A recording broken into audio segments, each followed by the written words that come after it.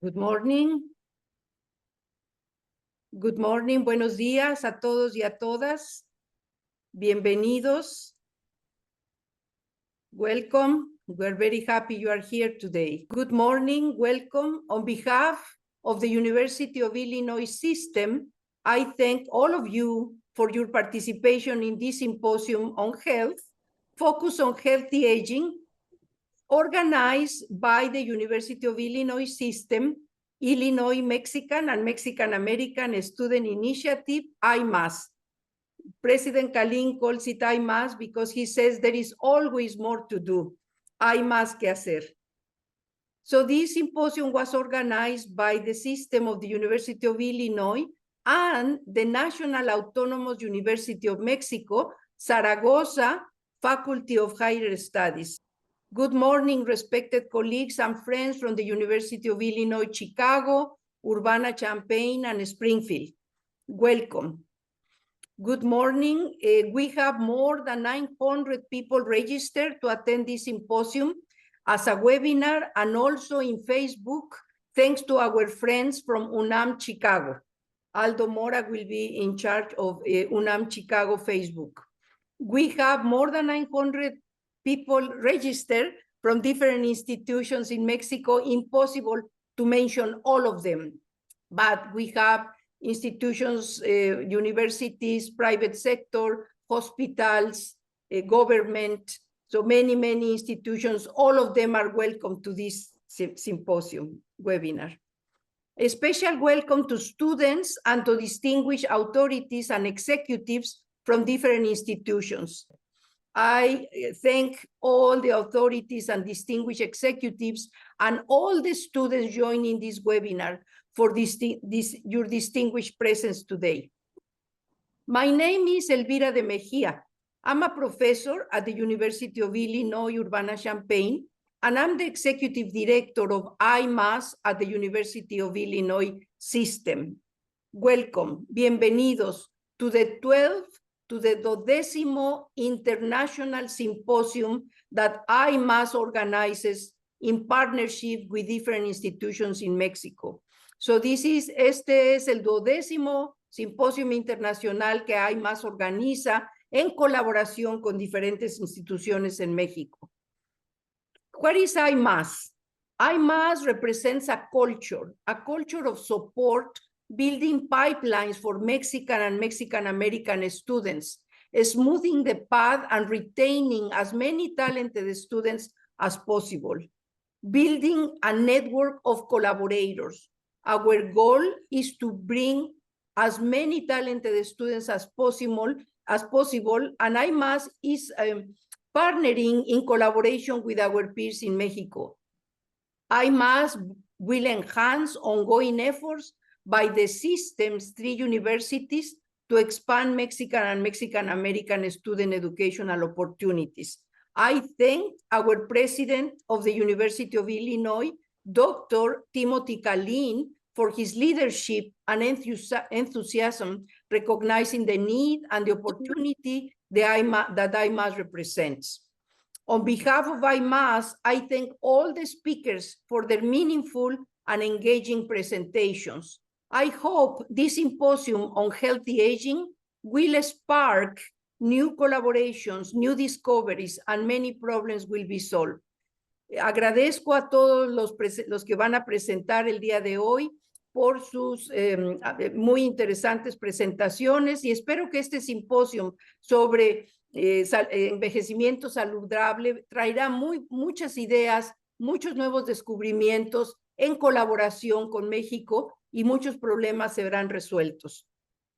The objective of this symposium is to enhance collaborations on healthy aging between the University of Illinois system and Mexican institutions by sharing innovative research and educational opportunities, seeking to foster connections that involve the well-being of the aging population and advancing shared goals for quality of life and sustainable health.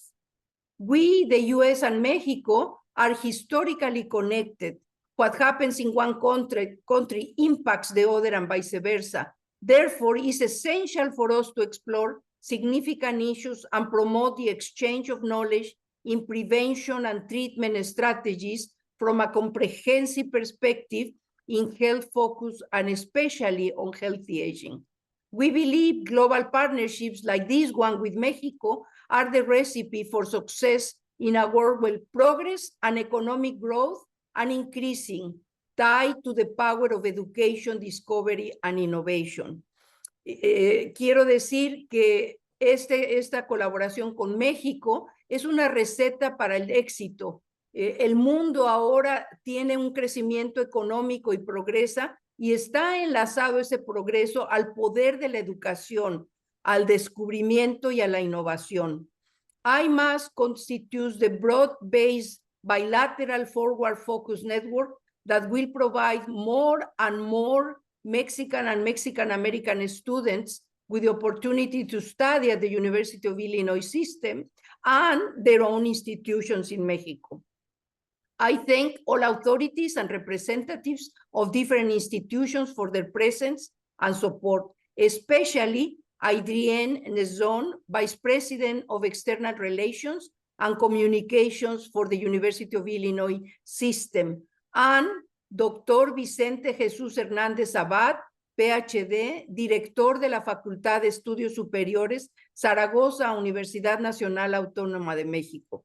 Hay muchas personas a quien agradecer. Mencionaré a la doctora Yolanda Gómez, a Caridad Rangel López. Hay muchas personas a quien agradecer en el Sinvestap de México, al presidente Timothy Kalin por all su apoyo y su ayuda. Thanks again to all of you after joining us. For joining us, we have right now almost 400 people joining us, and it's an honor to have Adrienne Nezon, Vice President of External Relations and Communications for the University of Illinois system with us today, and I'm delighted to pass the virtual microphone to her. Yeah. Yes, good morning, and thank you so much. Welcome to the Healthy Aging Symposium. I greet you on behalf of President Tim Kalin. This is such an important area of research and inquiry, and we greatly appreciate your commitment to taking part in this discussion. I'm Adrienne Nezon, as she mentioned, Vice President of External Relations and Communications for the University of Illinois system. Professor Alvara did a wonderful job setting the table for our distinguished experts from the University of Illinois system and our partner institutions in Mexico.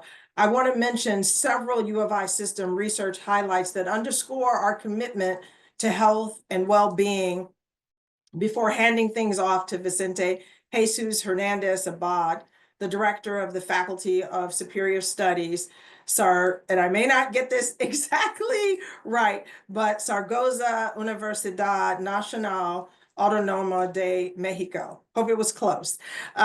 So many of our challenges are shared by people throughout the world, including challenges in nutrition and climate and healthcare and an overall economic need. And Professor talked about that a little bit.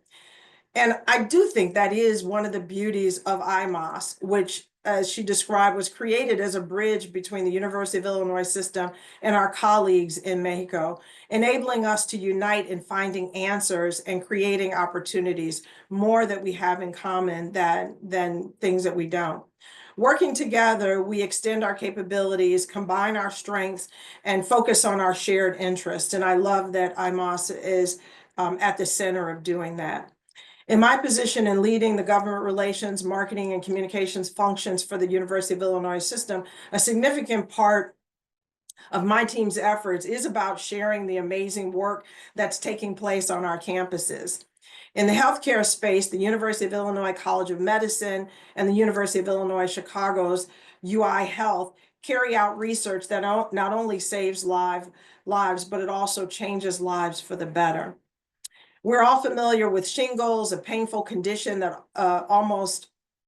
affects almost a third of Americans every year. Shingrix, the first shingles vaccine that can be used on people who are immunocompromised, was developed at the College of Medicine campus in Rockford, Illinois.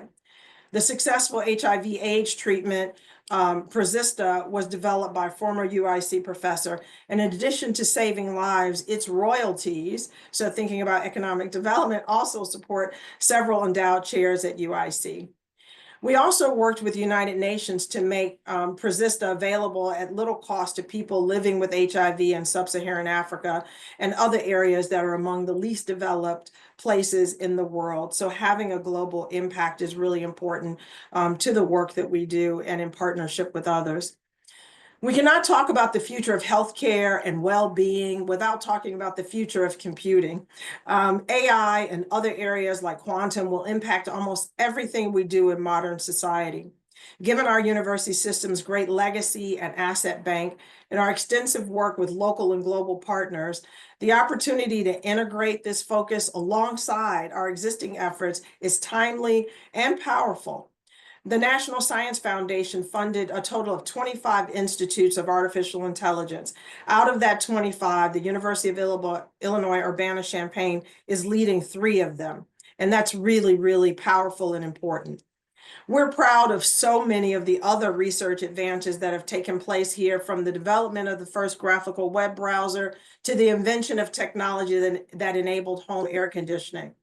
We're also very proud of the partnerships we're building around the world, including in Mexico. In the symposium today, the goal is to foster a comprehensive understanding of the factors that contribute to healthy aging, to exchange knowledge, and to collaboratively explore strategies for prevention and treatment. And I think that is such a worthy goal.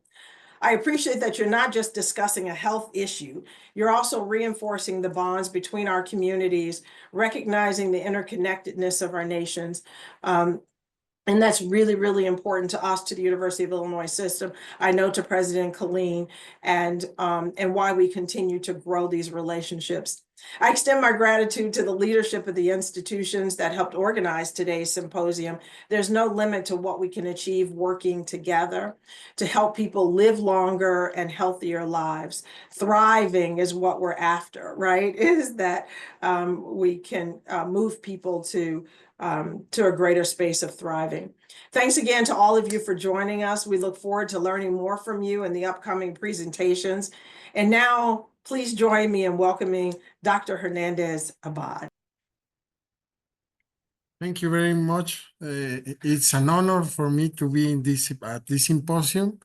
Thank you very much, Dr. Adrienne Nason. So far, so good. In the name of our university and our faculty, thank you very much for your kind welcome. And it's very important to us to talk about healthy aging. Yesterday, I was talking with some of my colleagues, and one of them mentioned that aging is not easy. Aging is not easy issue. But I told her that it doesn't have to be difficult. I'm okay, it's not easy, but it not has to be difficult. And that is, and a lot of this difficult or easy aging depends on us, but also depends on our educative institutions. We have an obligation to study, to research, to learn about aging, and there is no a better scenario for this than educative institutions. It's our obligation and it's our pleasure to be at this symposium. It's a collaborative effort between University of Illinois, and especially the I-MMAS system at Illinois. I have to thank to University of Illinois, Illinois Mexican and Mexican American Students Initiative for this symposium. It's an excellent program that has been prepared, which aims to present and discuss various topics of interest of these academic communities and our institutions. Our main goal is that this is the first of another events, I hope so, which enrich our knowledge and extend the substantive function that we develop on a daily basis. Many thanks to the University of Illinois for its generosity, for sharing this academic journey with us, and for its willingness to be close in every way as possible. I will end with our university motto, but I have to say before of that aging is our one of our main issues, which is bonded to development in our countries and for our societies. Healthy aging is the only way in which communities will succeed and be prepared for future challenges. Thank you very much for being with us, and it's a success, this symposium. Thank you very much for all. Great, very good. So let's get started. We have wonderful, outstanding speakers from Illinois and from Mexico. So we'll get started now. Just housekeeping issues. There will be a series of presentations of 20 minutes each by outstanding scientists from Mexico and the University of Illinois. Our gratitude to all the presenters. To the audience, we will have 5 minutes for questions and answers, and at the end of each block of presentations, please write your questions in the Q&A tool, and we will make sure to request the speakers to answer your questions at the end of their presentations during discussion session. Por favor, escriban sus preguntas en donde dice Q&A para que así nos aseguremos que los presentadores contesten sus preguntas. Tenemos 2 presentaciones en español. Recibirán un link para accesar el texto en inglés. The symposium will be recorded and posted in the I-MMAS webinar. There are so many people to thank for this wonderful symposium. Thanks to the personnel in the office of President Tim Kaline that helped to organize the symposium in coordination with Mexican professionals at UNAM Zaragoza and Sinvestab Mexico. Thanks to I-MMAS collaborators, Nancy Salinas, Chelsea Moore, the moderators, especially Dr. Lucia Vázquez, who was one of the creators of this symposium. La doctora Lucía Vázquez fue el puente, ese puente que siempre se necesita para poder producir, y ella nos puso en contacto con UNAM Zaragoza y la Universidad de Illinois. And for behind the scene work, Mr. Eric Olson, Analdo Mora, con Facebook UNAM Chicago. Agradecemos profundamente al doctor Alberto Sánchez Hernández, director general del Sinvestab, y a la doctora Marta Espinosa Castellano, Planning Secretary and Researcher, for their presence and for their partnership with the University of Illinois. Now it's my great pleasure to introduce our first keynote speaker, Dr. Diego Ricardo Félix Grijalva, PhD, from the Center for Research and Advanced Studies in Sinvestab IPN, el doctor Diego Ricardo Félix Grijalva del Centro de Investigaciones y Estudios Avanzados del Instituto Politécnico Nacional, con su presentación Calcium Channels Dysregulation in Parkinson's Disease. Dr. Félix Grijalva is a distinguished researcher with expertise in cellular and molecular neurobiology, especially focusing on voltage-dependent calcium channels, including molecular cloning of promoters for gene encoding calcium channels. Dr. Félix Grijalva earned his medical surgeon degree from the Facultad Autónoma de México, UNAM, then his master and doctoral degree from Sinvestab, and he conducted postdoctoral research at the Howard Hughes Medical Institute and the University of Iowa. He's a member of the National System of Researchers, very prestigious research center, and he's on the top level 3. I got it. Thank you. Thank you. Good morning, and thank you for your generous presentation or introduction. First, I would like to thank the event organizers for the kind invitation. It is an honor for me to be here today.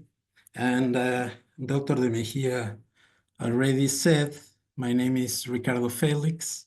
I'm a professor in the Department of Cell Biology at the Center for Research and Advanced Studies of the National Polytechnic Institute, CINVSTAF, in Mexico City.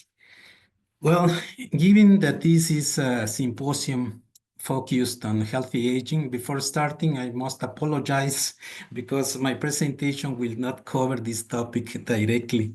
Instead, my talk will focus on some of our research into the fundamental mechanisms of Parkinson's disease, a condition strongly related to aging, as you know very well. Well, having said that, I now get straight to the point. Parkinson's disease is a neurodegenerative disorder that particularly affects the central nervous system, leading to a progressive decline in motor and non-motor functions. As you know, motor symptoms includes involuntary shaking, slowness of movement, stiffness in the limbs and trunk, which can lead to discomfort and pain. And on the other hand, the non-motor symptoms include cognitive impairment and dementia, mood disorders as depression and anxiety, sleep disturbances, including insomnia, and sensory issues like loss of smell. Globally, more than 10 million people are living with Parkinson's disease, and projections indicate that this number will continue to rise as population age. Over 90,000 new cases of Parkinson's disease are diagnosed each year in the US. In individuals over 55 years old, it ranges from 1 to 200 cases per 100,000 people. These statistics highlight the growing public health challenge posed by Parkinson's disease and the need for ongoing research to understand this condition better. Parkinson's disease is mainly characterized by two key changes in the brain. The first one is the formation of Lewy bodies. These are abnormal protein aggregates of alpha-synuclein, which is a neuronal protein that build up inside the neurons. And they are a hallmark of Parkinson's disease and can be found in various regions of the brain, including the substantia nigra. The second change is neuronal degradation. This primarily involves the loss of dopamine-producing neurons in the substantia nigra, an area that is crucial for movement and coordination. These changes highlight the significant impact of Parkinson's disease on brain health and function. Well, at the cellular and molecular level, Parkinson's disease involves several complex mechanisms. The first one is alpha-synuclein aggregation, as just mentioned before. Misfolded synuclein proteins clump together to form Lewy bodies, disrupting normal cell function and causing cell death. The second mechanism involved in the pathogenesis of Parkinson's disease is mitochondrial damage. This leads to deficits in energy in neurons, resulting also in oxidative stress and targeting pathways that cause cell death. And the third mechanism is calcium homeostasis dysregulation. Calcium channels are crucial in this process.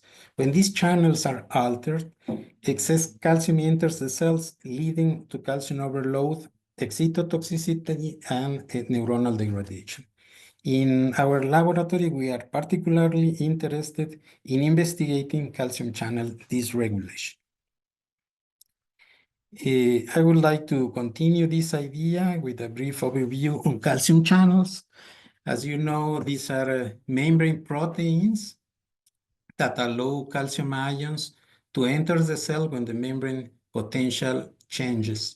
The calcium influx triggers many signaling pathways and physiological responses, sorry. For instance, in neurons, these channels are crucial for synaptic transmission.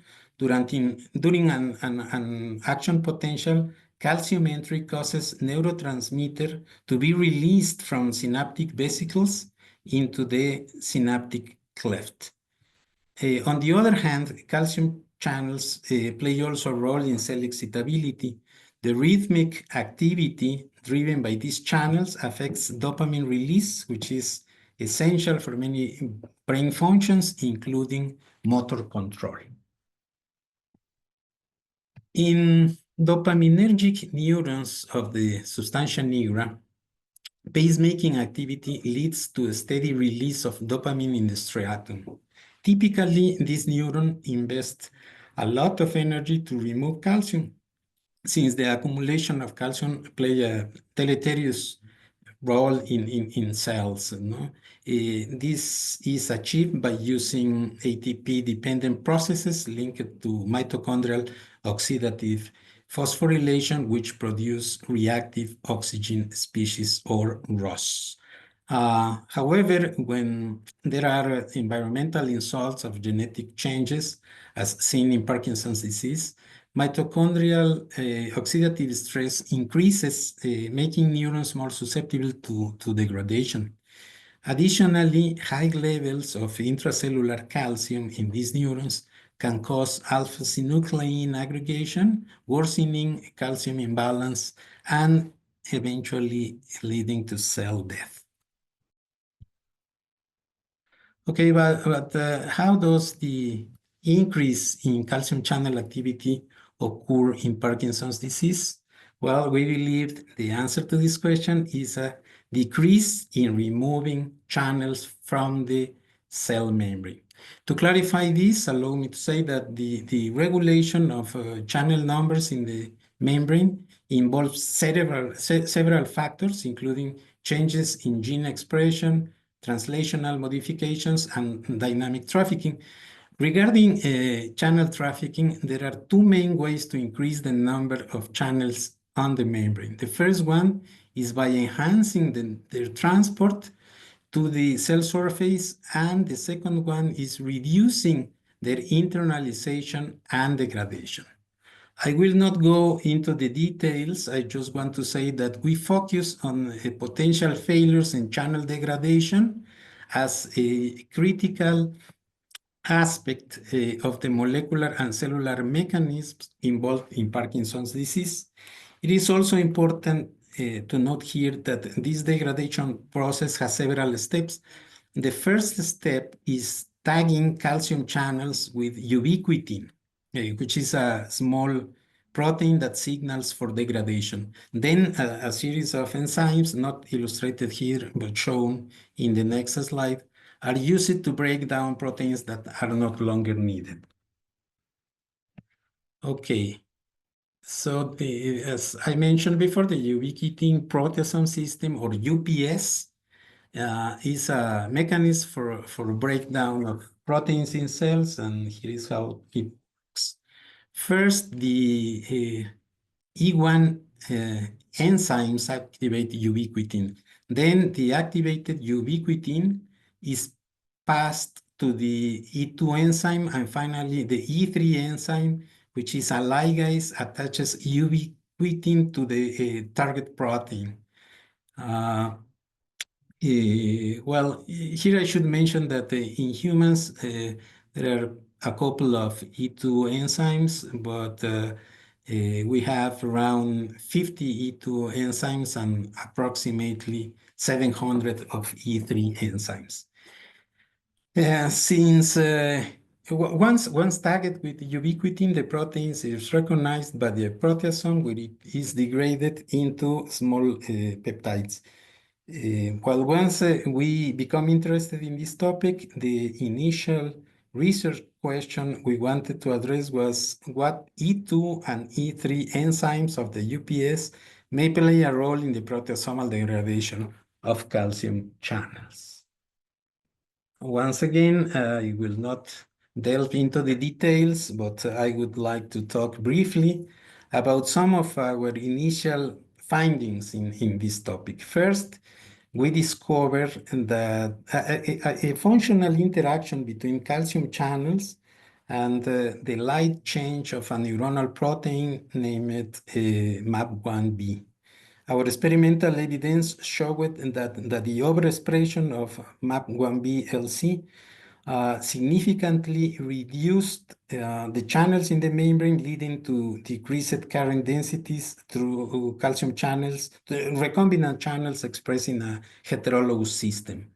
We also found that the MAP1B-LC promoted ubiquitination of the channels, and by using a proteasome inhibitor called MG132, we proposed that the UPS was mediating this process. Interestingly, we found also that MAP1B-LC1 interacted with an E2 enzyme of the UPS called UBE2L3.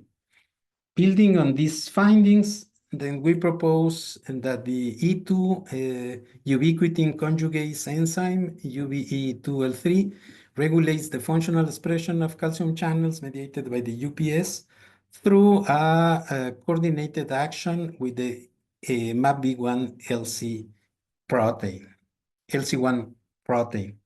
Well, the next question we addressed was which E3 enzyme of the UPS participates in the degradation complex of the calcium channels. And here next I will show you some of our experimental results. Our initial step was to assess whether the E3 ubiquitin enzyme parking may be involved in the proteasomal degradation of the channels. We focused in parking because previous studies have demonstrated its crucial role in a familial form of Parkinson's disease. Specifically, mutations in the parking gene have been associated with early onset and juvenile forms of the disease. The results of our immunoprecipitation assay shown in panels A and B of this slide demonstrates this interaction using specific antibodies. For instance, we here immunoprecipitate the channel and develop the interaction using Western blot with antibodies specific for parking. These results confirm the interaction between the channels and parking both in rat brain tissue and also in the heterologous system. In addition to this biochemical analysis, our electrophysiological recordings reveal that parking interaction with the channel has significant impact in the function of the channels or in the expression of the currents. The overexpression of the enzyme led to a marked reduction in calcium current observed in the heterologous system, as shown here in panel A, and here are summarized several cells recorded in these conditions. Furthermore, a semi-quantitative Western blot analysis corroborated that the overexpression of parking significantly decreased the expression of channels in the cell. As anticipated, the results of our electrophysiological analysis also revealed that the proteasome inhibitor MG132 effectively prevented the actions of parking on channel degradation, indicated that the observed effect is indeed mediated by the UPS. Further confirmation of the role of parking in proteasomal degradation of calcium channels was obtained from a final series of experiments conducted in a heterologous system also. Here, using the CRISPR-Cas gene editing technique, we created a cell line in which the parking gene was knocked out. In this instance, the absence of the E3 enzyme, parking from the UPS, significantly reduced channel degradation, resulting in larger currents, as you can see here and summarized here. Well, based on these findings, we formulated a second hypothesis concerning the regulatory mechanisms by which the UPS influences the functional expression of calcium channels. This hypothesis predicts that the E3 enzyme or a ubiquitin ligase enzyme parking regulates calcium channel functional expression by the UPS through a coordinated action with the E2 ubiquitin conjugase enzyme UBE2L3 and the MAP1B-LC protein. This is how we think the complex is made. Well, finally, I would like to show you a broader overview of the effects caused by changes in channel function, in calcium channel function, and the loss of parking ligase activity in familial Parkinson's disease.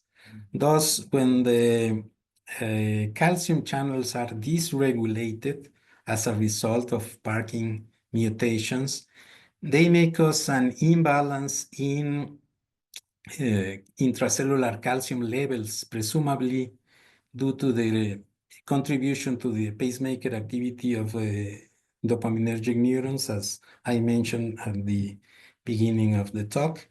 If the calcium clearance systems become overwhelmed, this leads to significant changes in metabolism and increased production of ROS. These events can damage mitochondria and promote alpha-synuclein aggregation, underscoring the importance of our research in understanding the cellular and molecular mechanisms of Parkinson's disease. Well, to conclude, I would like to thank the organizers again for the invitation and express my gratitude to my laboratory team for their hard work and dedication. And thank you all for your attention. I'm glad to be here. And I am in electrical and computer engineering and computer science. And I have many collaborators, but probably the one that to acknowledge the most is my former PhD student, Krishna Sabu, who is now at the University of UCSF. And my collaborators at the Mayo Clinic, with whom we have very deep ties, and they are Doctors Greg Worrell and David Jones. They are both neurologists, and I can't thank them enough for their patience and opportunities to work with them. And without that, I think this could not be a realistic piece of work. So I think, if you think about the previous presenter who gave a really nice talk, I thought I could really understand a lot of what he said and the importance of science in predicting, in understanding Parkinson's and able to address it. And that sort of leads into what I'm going to talk about. And my take on this is to say how we can bring science and machine learning together in order to be able to be predictive as to who might end up with Alzheimer's. And particularly, there's lots of work that does it few years, maybe up to 5 years in advance. And I think the challenge was, can we predict it sufficiently in advance before, in fact, visible cognitive decline sets in? And can we do that by combining what we understand of the science of how this happens, and also use the data that we have? And there's there's some public data that's called the ADNI data that's available, and that's been studied by many. We also had access to what's often referred to as Mayo's study on aging, and they collected data from from the environment in around the Rochester clinic of Mayo Clinic in Minnesota. And it's addressing a major concern. Aging populations in many countries, and you can sort of see from here what's expected.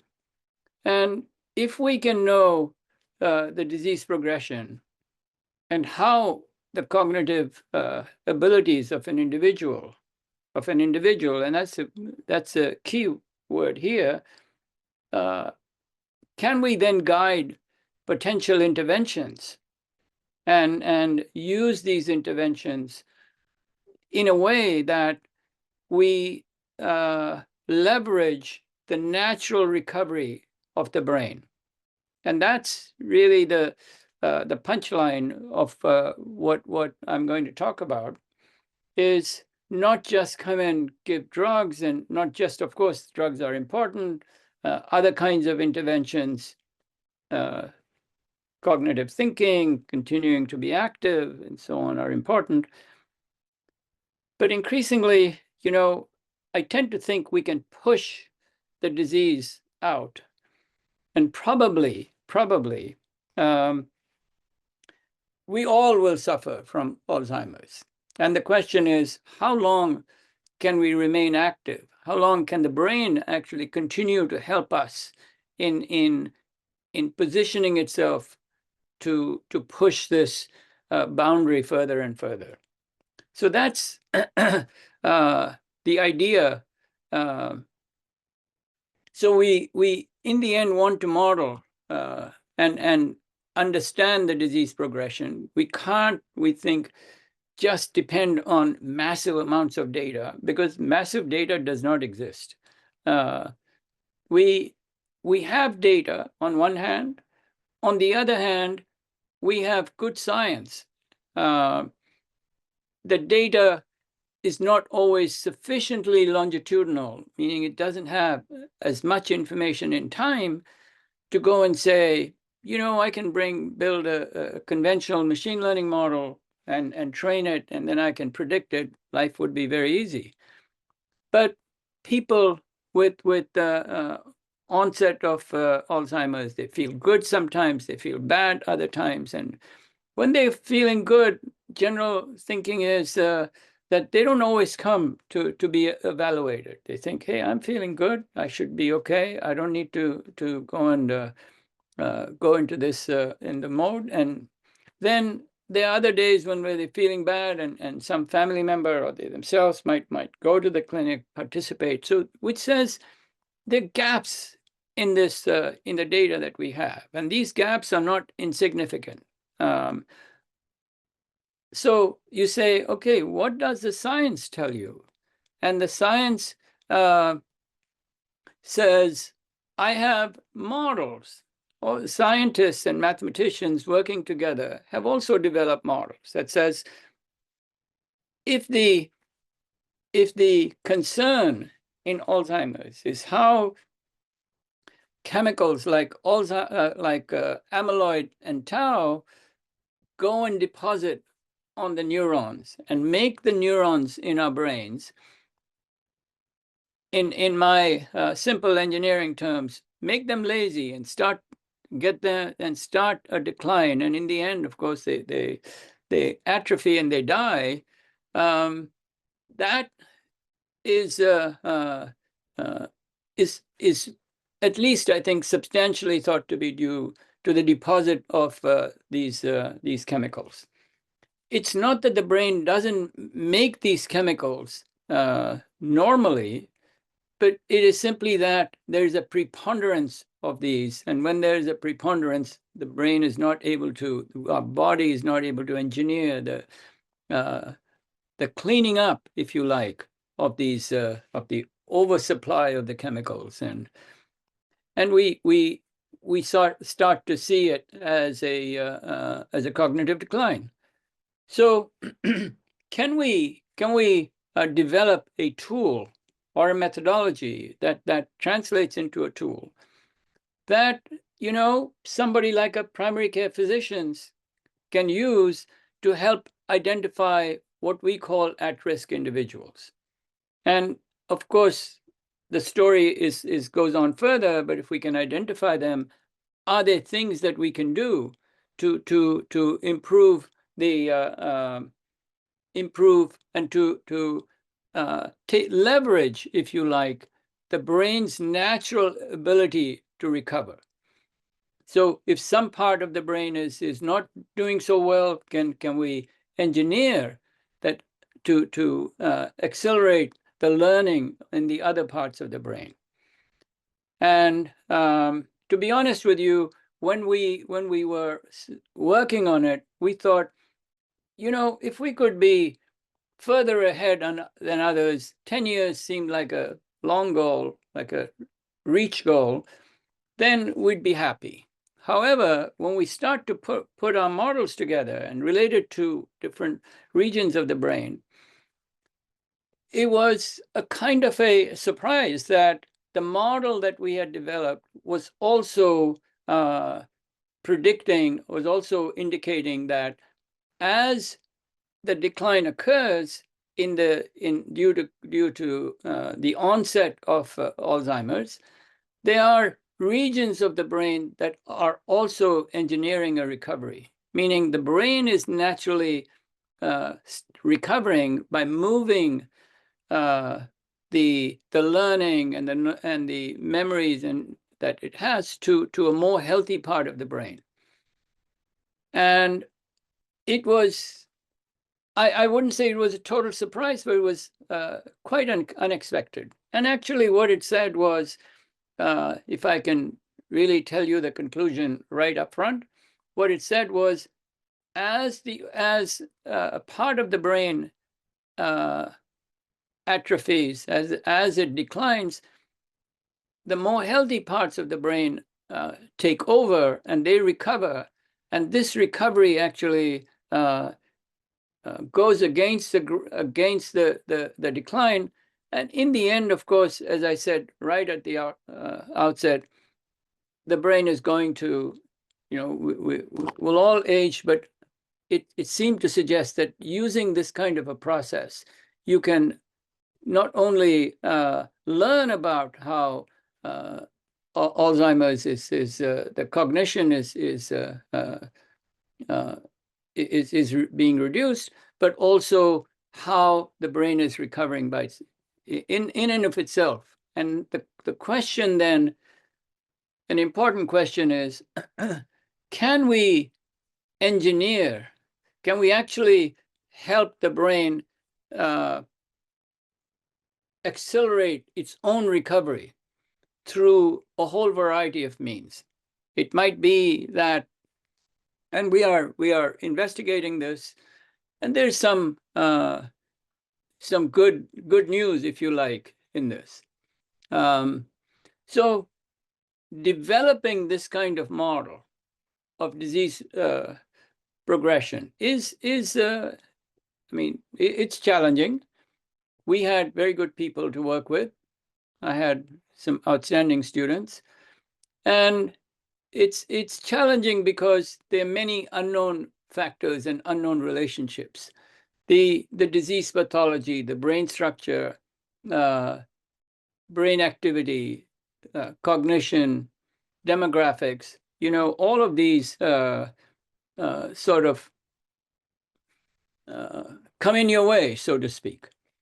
So there is omics, genomics and other omics, demographics, cognitive assessments, and these provide data, and they are generally multimodal data.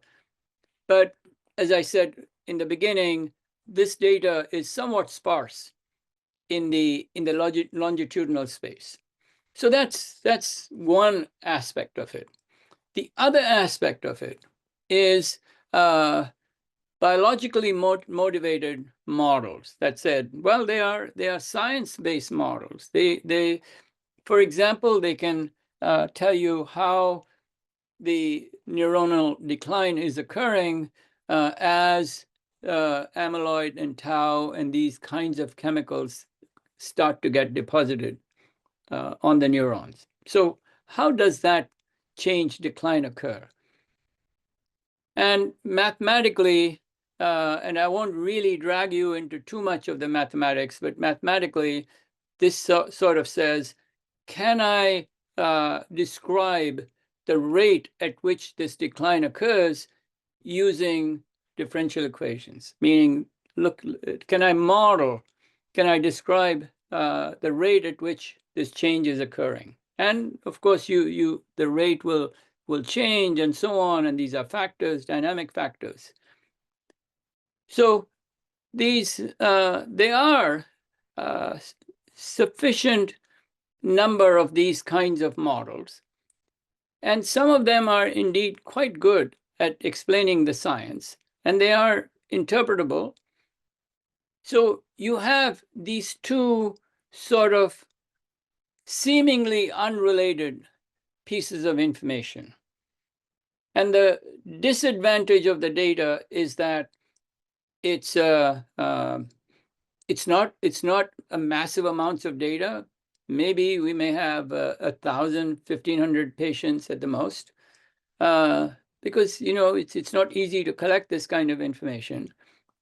And unlike what we have when we have images, and lots of my AI colleagues work in that, and they say, well, I've got zillions and zillions of pixels of data. So their problem is that they need massive computers. Our problem is understanding the real behavior with the limited amount of data. So on one hand, you have limited data.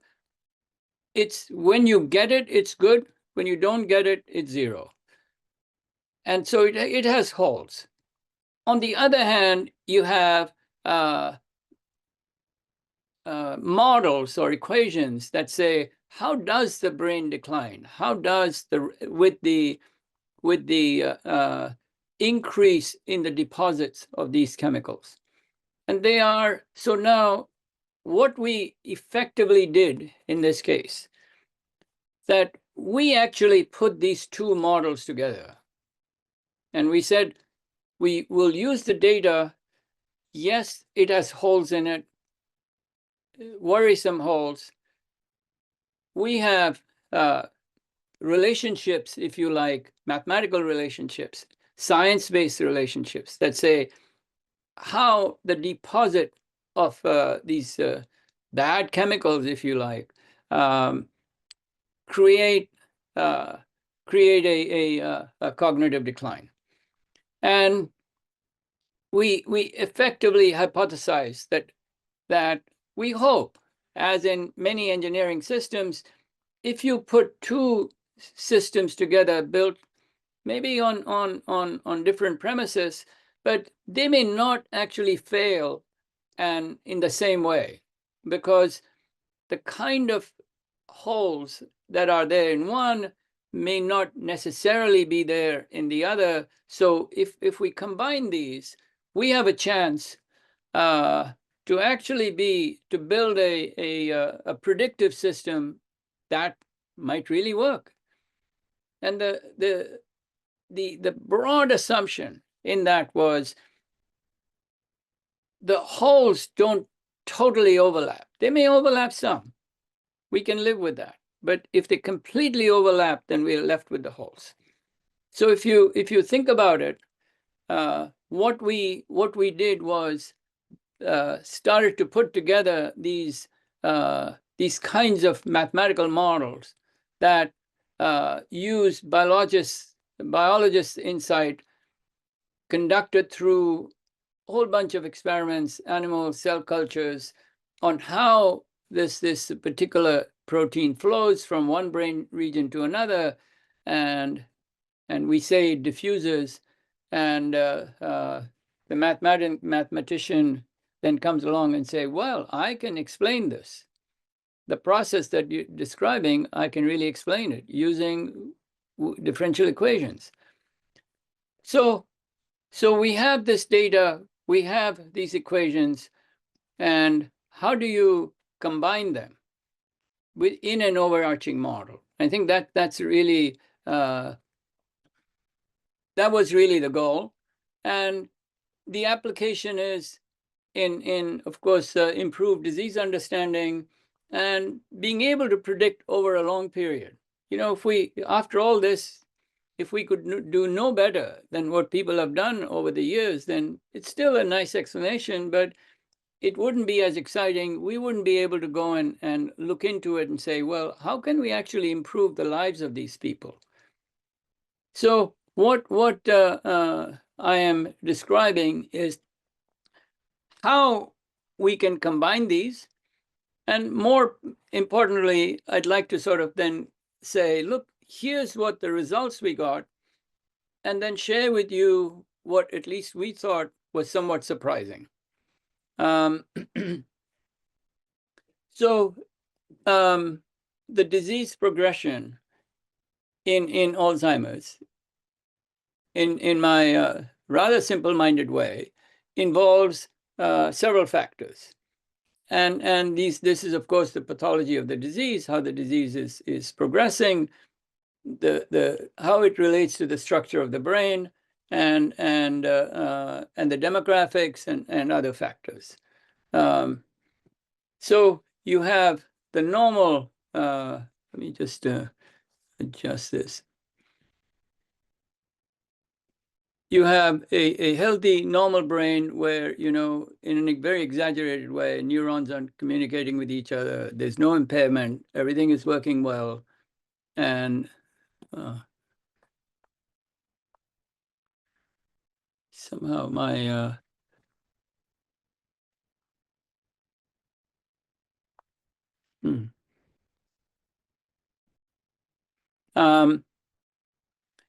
and you know, you have a slight impairment, early mild cognitive decline starts to set in. You have, this gets worse, you have a moderate impairment, and it really starts to impair the person's judgment and how they function. They forget people, they forget things that they have learned. And you know, it was a time when actually my mother, who was then over 94, I think, was starting to, you know, she was very bright, very sharp lady, and she started to experience it, and I could see that she was going down this path very quickly. So there was also a personal interest. Hey, I didn't think that I could do anything to stop the progression of her disease, but you know, she was just enough aware that this kind of work was in progress and was very, and in a clear moment, she would ask me some very insightful questions. So the overview of the approach is there's baseline data. There are equations that describe, or mathematical representations, if you like, that describe the evolution and relationships among these different factors. And in fact, in order to be published, many of these have to be substantiated with real data. And so there are many models, and you sort of have to pick the ones and play with it and adjust them to suit your purpose. The machine learning method that actually puts this together is called reinforcement learning. And probably You know, I would guess that some of you have heard of it, but essentially it says something like the following, that you reinforce, just like we reinforce, we see babies and children, and of course adults, try, they fail, they learn from their failures, they improve. The same idea is what is represented in reinforcement learning. So it sort of says, I try to stand up, or the child or the baby tries to stand up, it falls on its on the floor. You see, next time it'll make a try, but it might actually stand near a chair, and so it's learned that if I do the same thing, I'll not succeed. I have to try something different, and in that process of trying something different, innately, it thinks, what is my greatest chance of success? And I'm not saying that all of this happens in slow motion, but you can imagine how we think today, and you can sort of think how the babies would think, and they progress, because they are able to go and say, and we are able to go and say, well, I should possibly take this particular direction, because based on my experience, that's where my greatest chance of success is.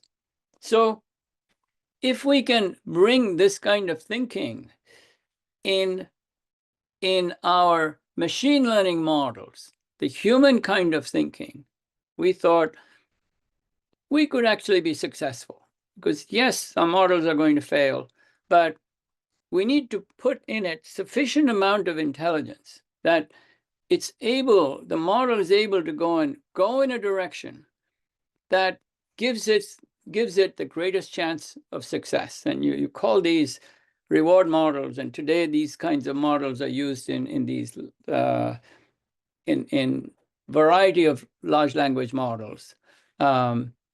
But still, I think the success that we had was really in combining the science and the data. So if I skip further, the question. No, I guess you have 1 or 2 minutes, Dr. Ravi. Okay, yeah, thank you. So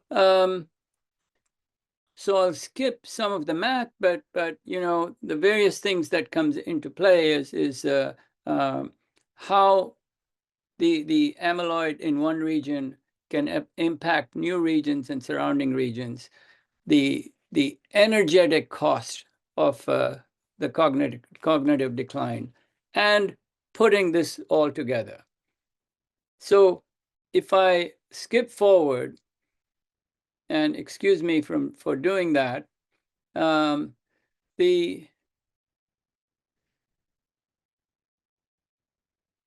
think it might be interesting to go and say how this all turned out and what the results look like. So we first tried it with artificial data, because we have control of it. We can put in as much inaccuracies and so on in it, and then we tried it with the real data. Dr. Ravi, just want to mention that you have like about 1 minute left. Yeah, Please. thank you. I have maybe just a couple of slides. So first, we looked at, you know, what are we predicting versus what is the ground truth that we have from the data on what happened to these people. And if you look at the figure on the right, you sort of see that the model with these two aspects is able to actually predict for a much longer period before the model itself starts to decline. And this is probably an important thing that we learned, that we are actually continuing to use in our work. The blue line says how the decline occurs. predicted by the model. And then we started to see what is the improvement that is happening in another part of the brain, because it is starting to recover. And what you see here is that as the cognition in one part of the brain declines, the other part, the hippocampus, in fact, or the frontal lobe, I should say, is starting to pick up the slack, and it continues to do that for some number of years before it also starts to decline. So it's not that we will keep shifting the boundary forever according to this model, but without any other support, we could predict that the brain is improving. The cognition is improving because of the work of the other part of the brain. And about the same time as we came up with this result, there was sufficient evidence coming out that yes, even in Alzheimer's, it's not a continuous decline, although it might seem to be so, but there are signs that the brain itself is picking up the slack. So the question then remains: how can you actually promote the recovery of the brain? And that's something that we are working on. I won't go into those details, but there are certain limitations. You know, we have to assume certain kind of way in which we recover from failures. We use the failures to propel ourselves. The validation was performed at that time on a smaller data set of 160 people. Since then, it has been studied on much larger data sets. But I think how we can engineer brain zone recovery is a extraordinarily interesting question for us, and that's what we are working on now. So let me stop here. Also thank my collaborators, and of course thank the organizers of this meeting to invite me and give me this opportunity to talk to you all. Thank you. Okay. Hello, everyone. Thank you very much for the invitation, and I'm so glad to be here. And today I would like to discuss building health promotion into home care in partnership with older adults, caregivers, and community-based organizations. My name is Naoko Muramatsu. I am the professor of School of Public Health, and my background is health services research and sociology, such as demography and organizational studies. And I investigate aging and health in social healthcare contexts. And I am very passionate about improving the quality of older adults and those who care for them locally, nationally, and globally. I would like to acknowledge that the National Institute on Aging of the National Institute of Health supported our studies that I'm going to share today. So here's the roadmap. I would like to give you some background and then introduce you to this program. And then I will share with you findings so far. And I would like to engage in discussion with you. So just to kind of step back, we have been talking a lot about, cell level, brain kind of internal, mechanisms within our body. But let's kind of step back and look at the world. So what is really amazing now is that we are facing unprecedented population aging, and also it is accelerating.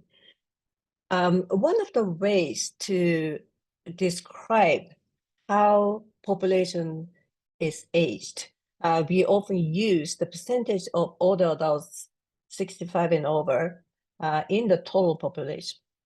And in the United States, currently, about less than 1 in 5 people are older people, and it is going to be 20% 22% in 2050. So Mexico, it looks very young, right? 8.6% of the population is aged 65 and older, but that is really, that is hiding the rapid increase of older populations in Mexico. So a prediction is that Mexico's population will almost triple. Basically, older population will almost triple from 2010 to 2050. This is just 40 years. And this is a huge thing. And actually, compared to like other countries, United States and Mexico are still young in terms of the population. So the oldest population in the world is currently Japan, and currently 30% is 30% of the total population is 65 and older, and it's going to be like 36%. So 4 out of 10 people will be older people.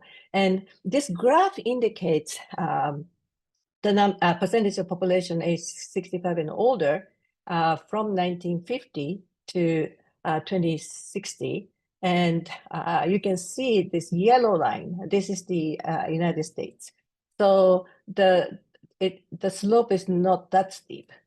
And also all these European countries that are considered to be old in terms of the population age, they also have flat, population agings. On the other hand, some Asian countries, like red one is Japan.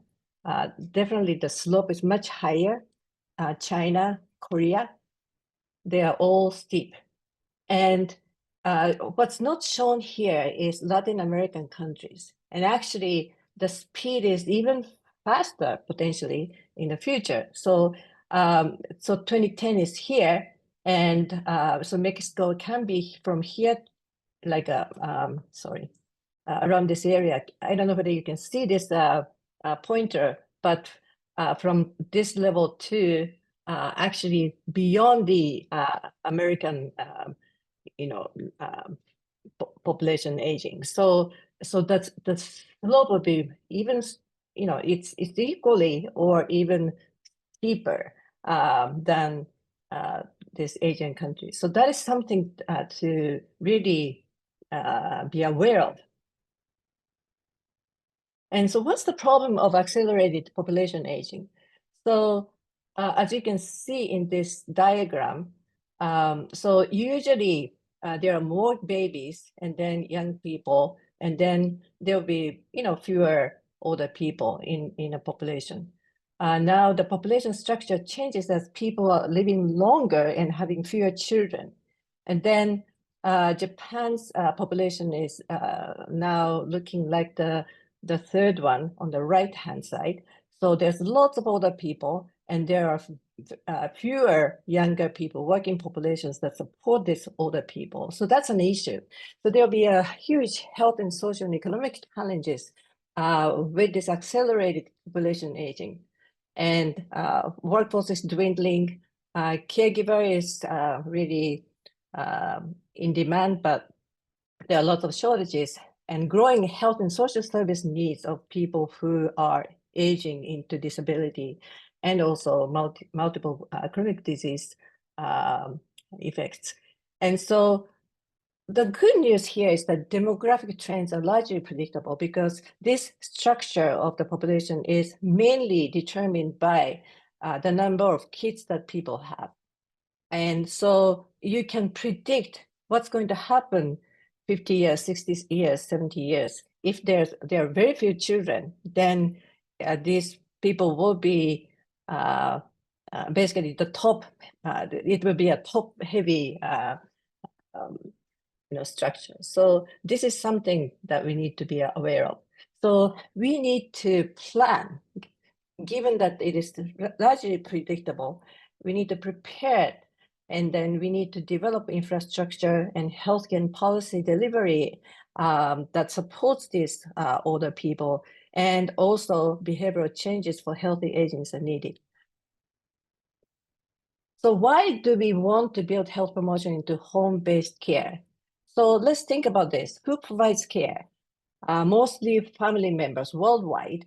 And also because there are fewer children in a family, paid providers or so-called formal caregivers are increasingly care for community dwelling older adults. And secondly, the home is increasingly the center in healthcare. And it's actually the hub of our daily life, like ADL activities of daily living, such as eating, bathing, relaxing, and sleeping. And also the home is where health habits are formed and practiced. And also it's a workplace for people who provide care and healthcare. So, so the current, initial reaction is that, okay, there will be more people who are older, who are more disabled, then we need to provide more care. And so our current assumption is that we need to assist older adults with daily activities. But the problem is that if you receive too much help, then you will stop doing things that you usually do. And then that can actually harm the health and function because you're totally disconditioned. And also, it does not address caregiving burden. So what we need is a paradigm shift. So we can build health promotion into home-based care. So that is what we would like to talk about today. And so Dr. Ravi Haya talked about pushing out the disease. And so this diagram actually is a very good framework to really, shift this curve outside and then reduce the area or time that people live with mobility and disability. And it is important to detect any, progression early stage. Okay, so let's move on to ProHome. So why did we start this ProHome program?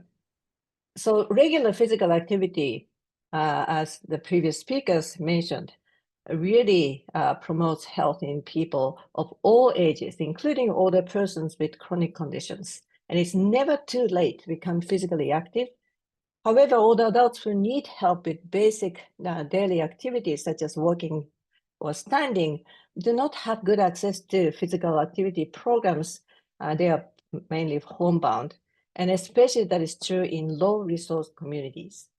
And so ProHome, this program addresses this gap in research and practice.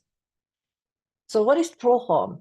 So first, it is research funded by NIH and National Institute on Aging and conducted by the University of Illinois Chicago in collaboration with stakeholders to address two questions. Would the ProHome program delivered by home care aides preserve function and well-being?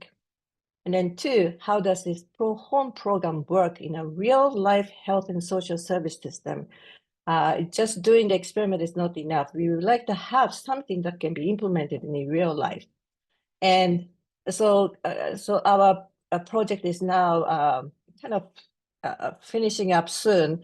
Data collection completed and analysis is ongoing. And as of December 2024, ProHome is also a program to build health promotion into healthcare system, especially to empower caregivers with specific tools. Motivation, basically, physical activity, is good. And everybody knows that. It is very difficult to motivate ourselves to really keep doing it. And then we have specific tools to promote gentle physical activities. And also this is to promote health and function in older adults with daily activity limitations. And this program is based upon the evidence-based program developed by Partners in Care Foundation. And so this is the kind of general context that the ProHome project has been implemented. Healthcare system is pretty complex in the United States. There are different systems in different states. In the state of Illinois, there is this community care program that administered by Illinois Department of Aging. And this program is to help older adults who might otherwise need nursing home care to provide in-home services, in general, non-medical support by supervised home care aides. So these are paid caregivers. And this is also funded by Medicaid and the state of Illinois. And we really working with home care aides. And in the state of Illinois, family members can be also paid to provide services. And then, but they need to be a part of this home care agency's workforce. So the center of the universe here is the client and the older adults, and home care is a dyad.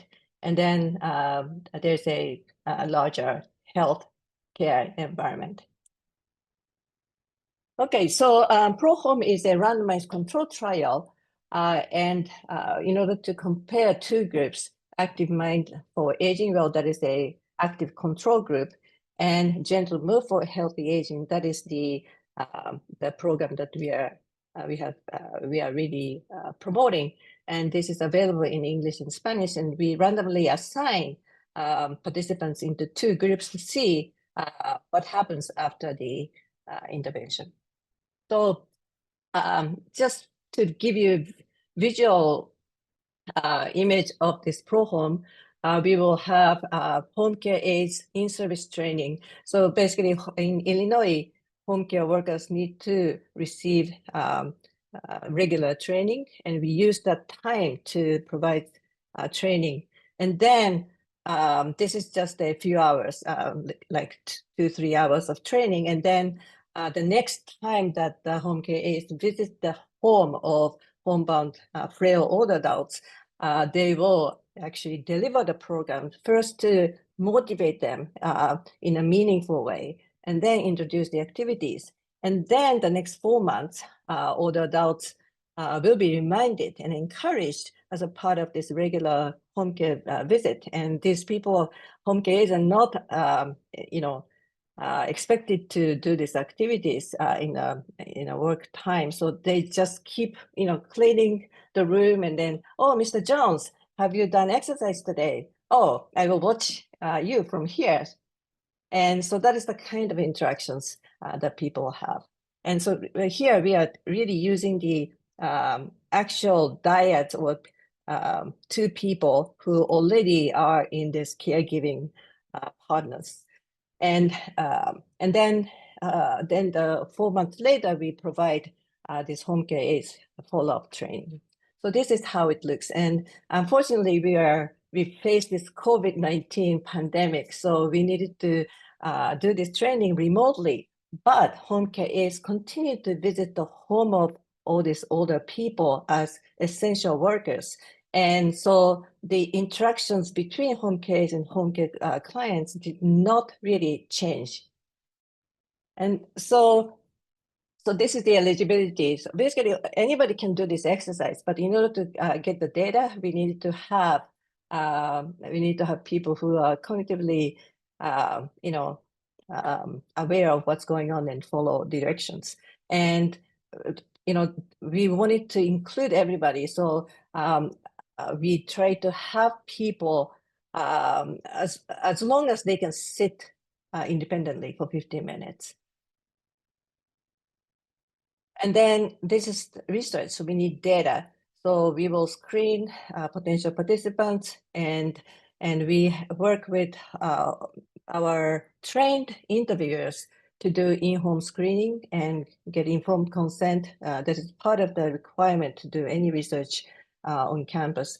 And then baseline assessment, and then 4-month and 8-month post-intervention assessment. So what did we learn? So let me kind of back up. This randomized control trial actually started with the pilot to show that this program is feasible. And so this is from this one group pre-post design pilot program to test and enhance the feasibility of the program and measures. And what we found is that after the four months intervention, health improved. Like daily activity functions, they've really helped reduce the pain that interfere with the daily functions, and fear of falling also reduced. Time spent on physical activity went up, and exercise social support provided by home care aides increased. So with this promising data, we studied this randomized control trial with the funding from the National Institute on Aging. And the program was well received by older people. And some people said, I feel like I gained some confidence from the program. I feel like I did not need my cane as much as in the morning. Or I like the way it made me feel. It gave me something to look forward to. I feel like it strengthened me. And also it was well received by home care aides. My client is 90-year-old gentleman, and he loves the program. He reminds me most of the time. In fact, it helps him and it helps me as well, because I always do it with him. Actually, there's a spillover effect to have home care aides actually do exercise with them. And so for those people who are more interested in this, our study, there are publications. The three listed here are from our pilot, and we have a protocol paper about how we designed this randomized control trial. And so basically, we have two groups, and our analysis is ongoing, and we expect to have main analysis results early 2025. And so we, unfortunately, because of this recruitment difficulties in the COVID situation, we couldn't reach the target sample size, but we had 101 people study the program and completed this follow-up assessment. And so in general, home care users, they can Dr. be— Muramatsu, we have Yes. only 1 minute left. Okay, yes. And I wanted to say that we have a large community of Latino and Hispanics and Mexicans in the city of Chicago. So we provided this program, and this is the kind of general profile. And we really worked closely with stakeholders, and the pandemic presented challenges for participant recruitment, but provided opportunities for the critical role of home care aides in the life of older adults. So ProHome really has principles, basically empowering caregivers, here home care aides and home care users with specific tools to stay physically active at home. And also we adapt and carry out what is essential, because the world is changing, especially in the pandemic situation. So we just focused on building health promotion into home care. And then we promote co-learning. So all parties involved in this program, including caregivers, home care users, home care providers, and social service agencies, and us researchers and students, all learn from this program. And so this accelerating population aging is a global issue, and partnering with home care aides to promote physical activity among frail older adults is feasible, and building health promotion into home-based care is a promising strategy to prepare ourselves for the arrival of these super aging societies. So I would like to conclude this talk by pep talk: prepare with knowledge, empower with resources, and promote health in caregiving. Thank you very much. So yeah, I'm in behalf of the Dr. Victor Manuel Mendoza. My name is Jimena Aguilar. I'm a nutritionist and I have a master's degree in clinical epidemiology. So today we're going to talk about the model of gerontological community nuclei, a strategy for healthy aging. Okay, so very fast, the contents for today will be, first I'm going to talk about the conceptual framework. After that, we're going to dive into the model of gerontological community nuclei. Then I'm going to talk about the development of it in Mexico, some studies of the effect of the model in healthy aging, and to end with some challenges for the implementation of it. Okay, so what is healthy aging? This is a process of developing and maintaining the functional ability that enables well-being in older age. So functional ability compromises the health-related attributes that enable people to be and to do what they have a reason to value. So it is made up of the intrinsic capacity. This is a very important topic that we are gonna dig into a little bit further. And its relevant environmental characteristics and the interactions between the individual and these characteristics. The intrinsic capacity is a composite of all the physical and mental capacities of an individual.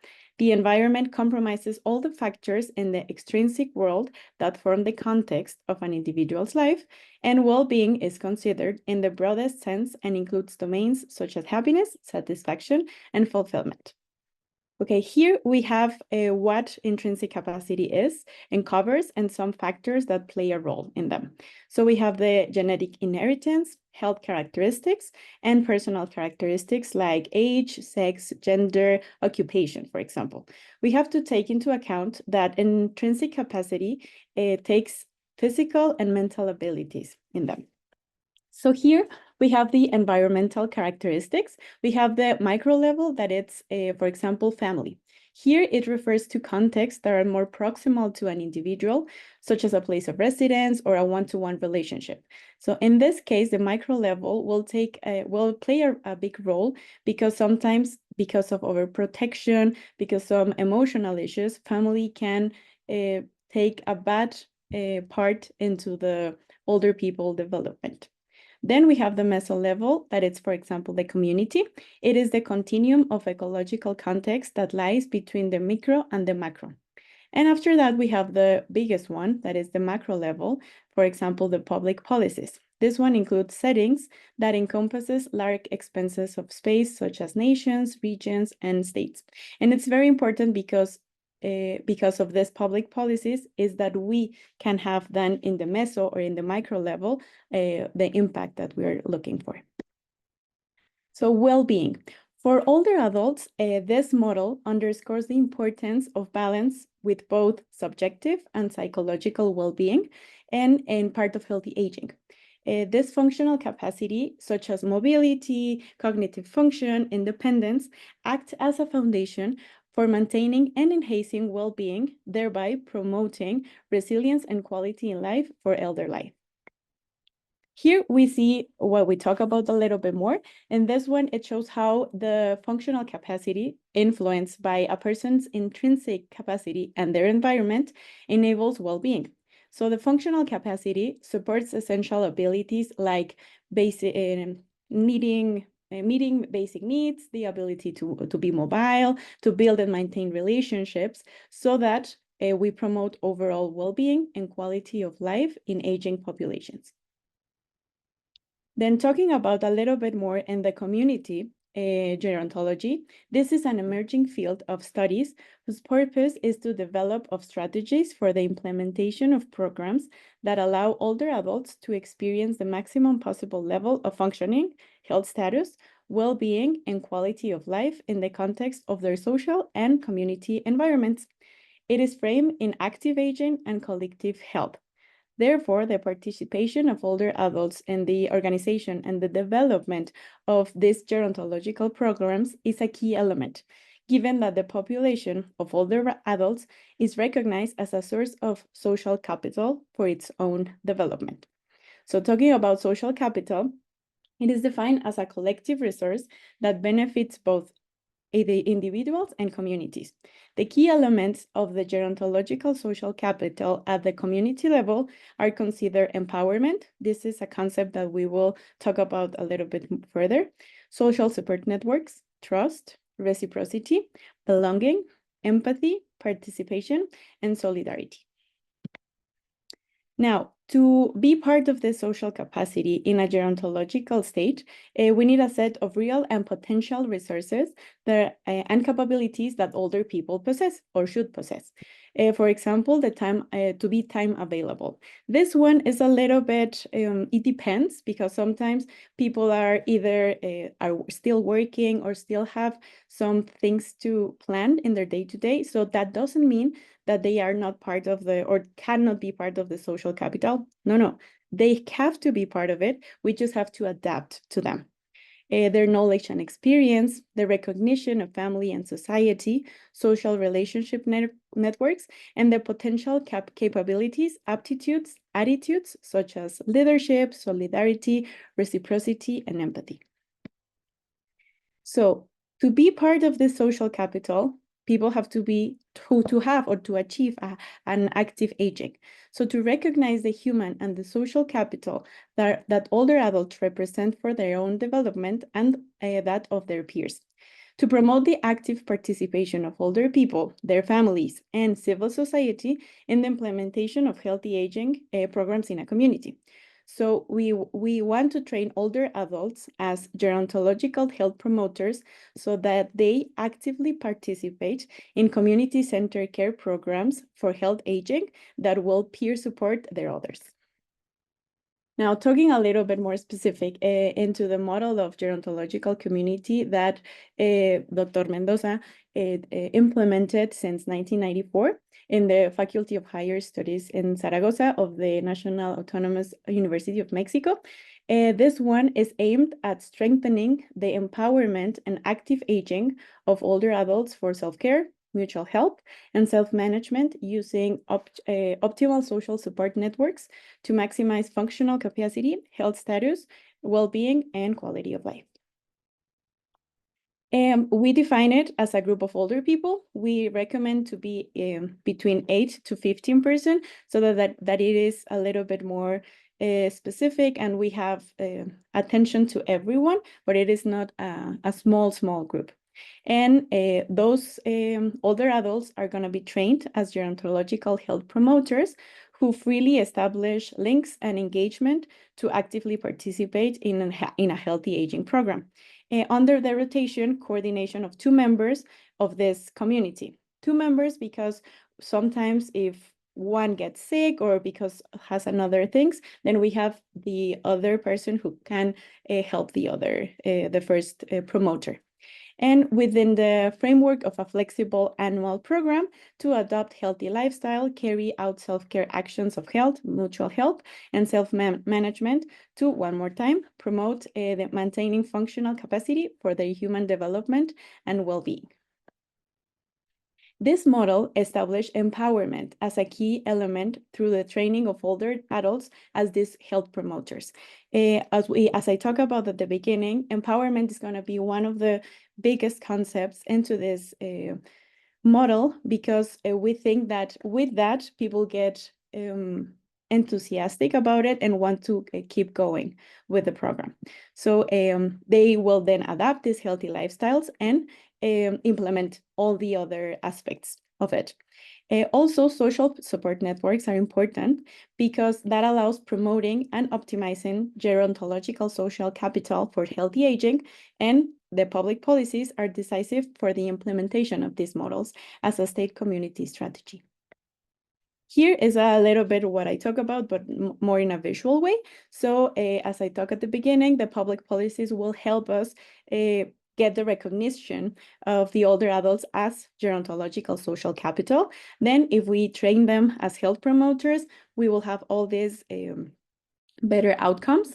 And at the end, we will get the empowerment to them and to function as a social capital for their community. Here are some basic topics for the training of gerontological health promoters. As we know, aging is context and temporal, and some aspects are always going to be here, like a social support network, prevention of falls, nutrition, but others are going to be added in time. For example, internet, Google Meet, the virtual social networks, because we are evolving with it. Here are some research that we have done regarding the program. So in this first one, we saw how the program of active aging in a rural Mexican community, how did this help?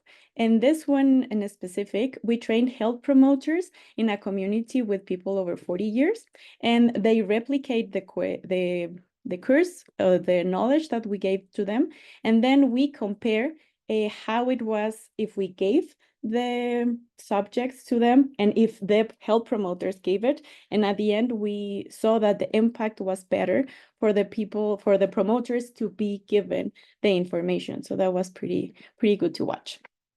And this other in this other one, we saw the effect of a self-care program on oxidative stress and cognitive function in older Mexican urban dwelling population. And the most important one is the first marker, the T-bars. We saw that it was better, and it was associated with a higher score, comparing it with the mini-mental scale. So now here we saw the relationship between the social support networks and diabetes control and its impact on the quality of life. So we compare poorly controlled versus well-controlled diabetes and with their social support network. We saw that the extra familiar one was higher in a well-controlled diabetes environment, and that the degree of satisfaction had also a big impact. So we understood that it is important to be happy with our social support networks. Then the influence of the self-perception of old age and the effect of healthy aging programs. We saw here that a positive auto-perception helps have better control in the glucose and levels, cholesterol, LDL cholesterol, and the systolic blood pressure as well.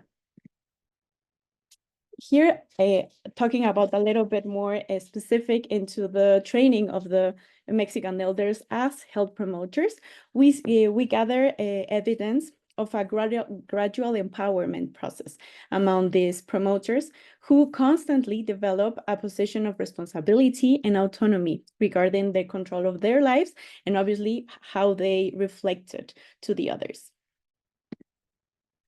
And in this one, well, here is how the model worked through time. So we transitioned from a formative to an active stage.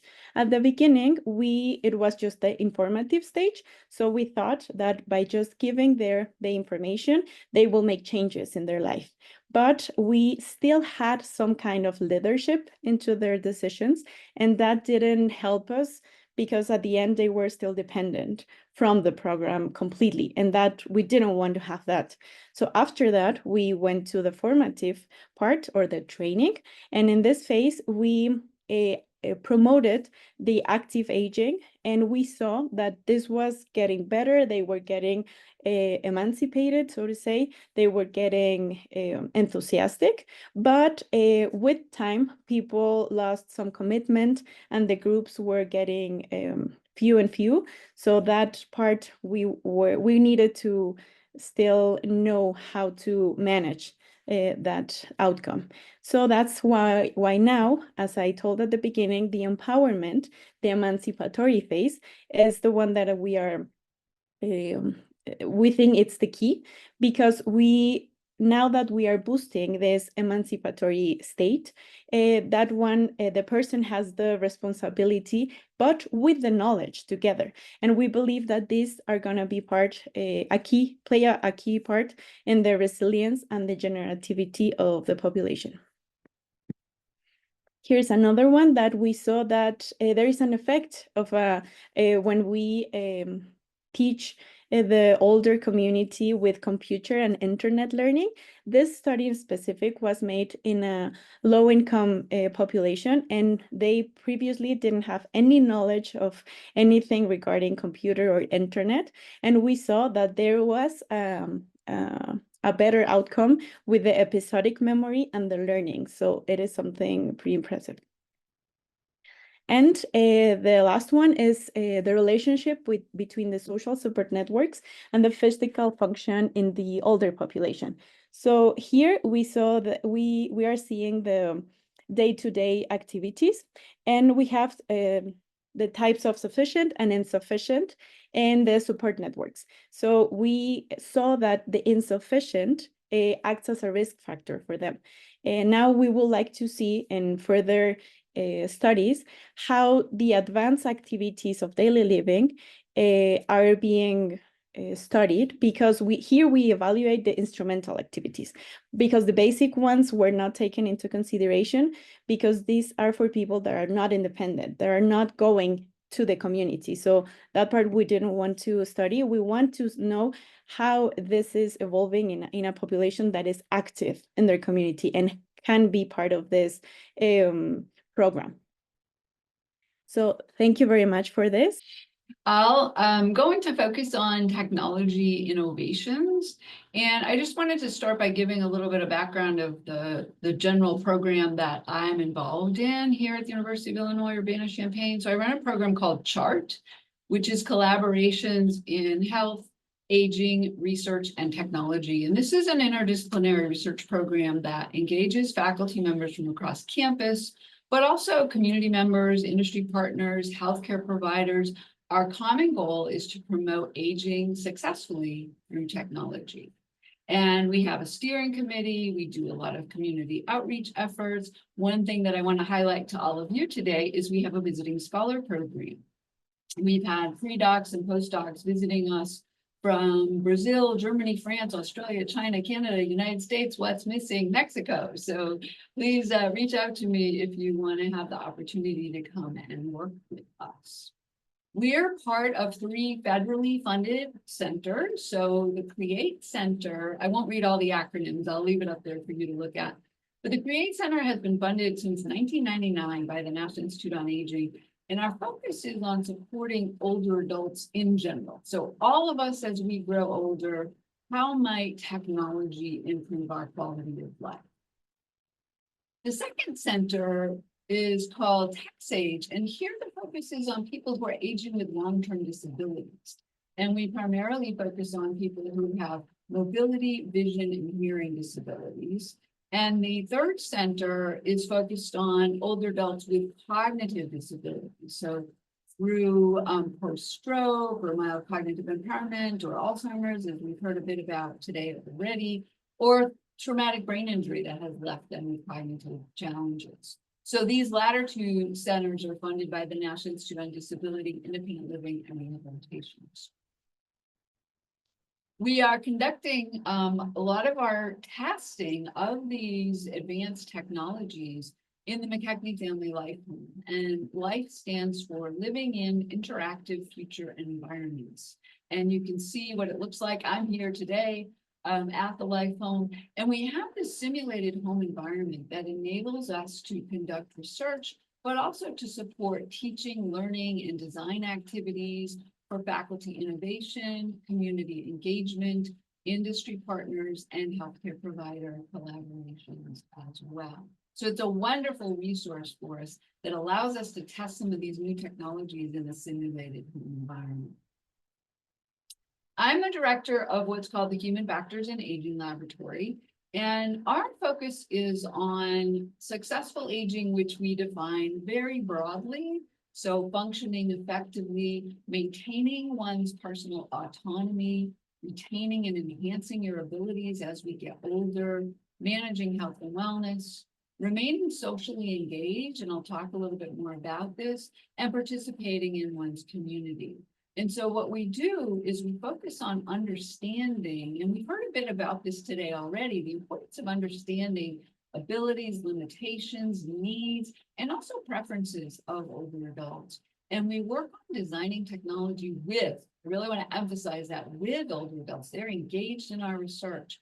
And the goal is to develop usable and useful products and systems, make sure we're providing effective training and instructional support as needed, and then ultimately to optimize deployment at scale. It's no good if we just design it in our lab environment. It needs to get out there and people need to be using it.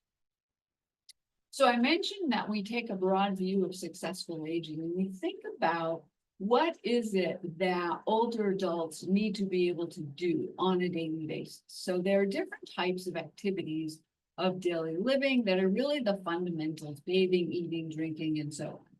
There are instrumental activities of daily living, which are a little bit more involved and include things such as preparing meals, paying bills, managing medication, maintaining the home. And then what I like to think about is the quality of life activities that we call enhanced activities of daily living. social communication, hobbies, new learning, volunteering, remaining active in the community. So what I'd like to do is just give you a high-level overview of the variety of technologies that we're focused on all around this goal of supporting successful aging. I won't go into a lot of detail on any of the projects, but I just want to get you excited about what we're doing, and hopefully this will lead to collaborations, which I know is one of the goals of our series today. So first, let's talk about social engagement. There was recently a report from the US Surgeon General talking about this epidemic of loneliness and isolation. And we've looked through the literature, and there's really pretty strong evidence showing that higher levels of social engagement for older adults can reduce hypertension, can decrease development of dementia, can increase mental health and psychological well-being, and in fact also reduce mortality rates. And so we need to be thinking about how can we develop tools, in my case, technology tools, that will support social engagement. And in all of the work that I do, and I'll show you a couple of these different frameworks today, we like to think big picture. What is the entire context of what we are interested in? And so with respect to social engagement, we want to think at the center, well, what's the activity we're having them do? And then who are we having them engage with? There's lots of different types of social activities, different purposes, different content. And there's also different people that we might want to connect with. So people we know very well, or maybe people that we have shared interests with, and thinking about how the frequency and the quality of the interactions are going to play a role. So one of the studies we're doing is using video chat, a platform called OneClick, that is designed to reduce social isolation. And what we're doing here is we're connecting people who don't know each other, but who have shared interests. And we are targeting several different content areas: arts and culture, nature, health and wellness, life experiences, science and technology, recreation and sport. So you can join these events, meet other people who have shared interests, and engage in discussion with them. And the participants really love it. We are in the middle of conducting 2 randomized controlled trials that are assessing the effectiveness of this tool for older adults with varying levels of cognitive ability, but also for caregivers. So people who maybe have difficulty getting out to community events because they're caring for somebody else can engage in our program. So data results will be coming soon on this project. Another thing we've been looking at is the potential for digital assistants to provide social engagement, but also enabling people to control their environment. And this project is targeted to older adults who have mobility disabilities. And we're using off-the-shelf Amazon Alexa, smart plugs, smart lights. But what we've done to make these accessible to people is develop all of these user guides.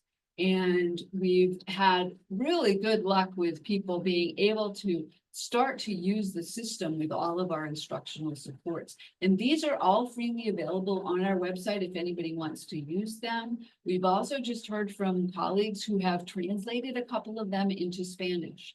And so we're trying to make this available. This is an off-the-shelf technology that can really help people, but instructional support is really critical. So in the first study that we did, we had 25 older adults who were wheelchair users, and they were successfully able to learn how to use this technology on their own at home. This was conducted during COVID. And then after 5 weeks of use, we found that their self-reports of loneliness actually decreased. This paper was just accepted last week, so I'm excited to have that be available soon. Another thing we're starting to explore is the potential for virtual reality as a means for people to engage in cognitive activities as well as social engagement. And so this is under development right now, this project. We're exploring apps that are available that could be used by older adults seated to reduce safety concerns, that support cognitive engagement, activity engagement, and social engagement. And so we're exploring, we've just completed data collection for a study with older adults about their preferences. What kind of apps would they want to engage in? And then ultimately, we'll be developing instructional support so people can use the system at home. And again, hopefully reduce social isolation and just encourage them to be more physically and cognitively engaged. The next broad topic I would like to touch on is health self-management. And as I mentioned, we always like to have a framework as we start. And so the framework that we're using here was something I developed with two of my colleagues in educational psychology here at Illinois, where we thought about, well, what are the different stages when somebody gets diagnosed with an illness? Initially, they have to accept that and think about self-care. What do I need to do now that I've had this diagnosis? And so the technology support has to do different things, right? We need to be able to motivate that self-care. How do we do that? The next phase is if you've accepted you have this illness and you're trying to develop routines that enable you to establish good self-care. We need to teach people what to do. We need to support their planning and implementation of these tasks. And then for many people, they have chronic conditions that last a long time. How do we design technology that helps them to sustain that self-care over time? And so the one project I'll talk about here is called MedsREM. And this is a system that provides medication education, decision support, reminding, and monitoring for older adults who have hypertension. So it's an app on your phone, but it's also a website, and it gives you reminders of when to take your medications, provides educational support materials, and then gives you feedback and guidance about your progress and how well you're doing. And this system is currently being used in 2 randomized controlled trials where we're assessing the effectiveness for older adults with and without cognitive impairment. And this work is funded by the National Institute of Nursing Research. The last topic I'd like to briefly touch on is robotics. There's a lot of development in the world of robotics to support older adults in the various activities that I've discussed. And I mentioned we start with a framework. And so our framework here is a little complicated. I'll just hit some of the highlights. But the idea here is to think about the human, that's the green part.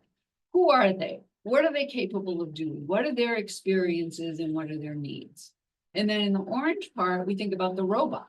What can the robot do? What are its capabilities? How social is the robot? How autonomous is that robot? Can it do things on its own? And then we think about the interaction. What are the human and the robot trying to do together? What level of workload are they under? What are their different roles? What are the tasks they're trying to accomplish? And then all of that takes place in this broader context. It's the built environment. Is it a home, a hospital, assisted living community? Are there other people around? What is the social environment? What are other technologies that maybe the robot has to interface with? And then the natural environment could be, does the robot have to go outside? Are there additional things for consideration? So this framework allows us to think about what should we be doing when we're designing robots to support older adults. And so we've been working on a project with a robot. I'll start the video here. This is the Stretch robot, and we're in the life home. And we're showing an older adult from the community how Stretch could function to deliver something to her. And just to really illustrate the nature of what this kind of robot could do and explore what would they be interested in having the robot do for them. And so we have brought older adults with both cognitive and mobility impairments to the life home to interact with us and to help us generate ideas. What do they want Stretch to do for them? And you can see this long list of ideas that they're coming up with. I love this picture because this fellow is just very excited to be interacting with the Stretch robot. It's holding a tablet and he's engaging in a video chat call with another person. So this type of a robot can be controlled remotely by somebody else.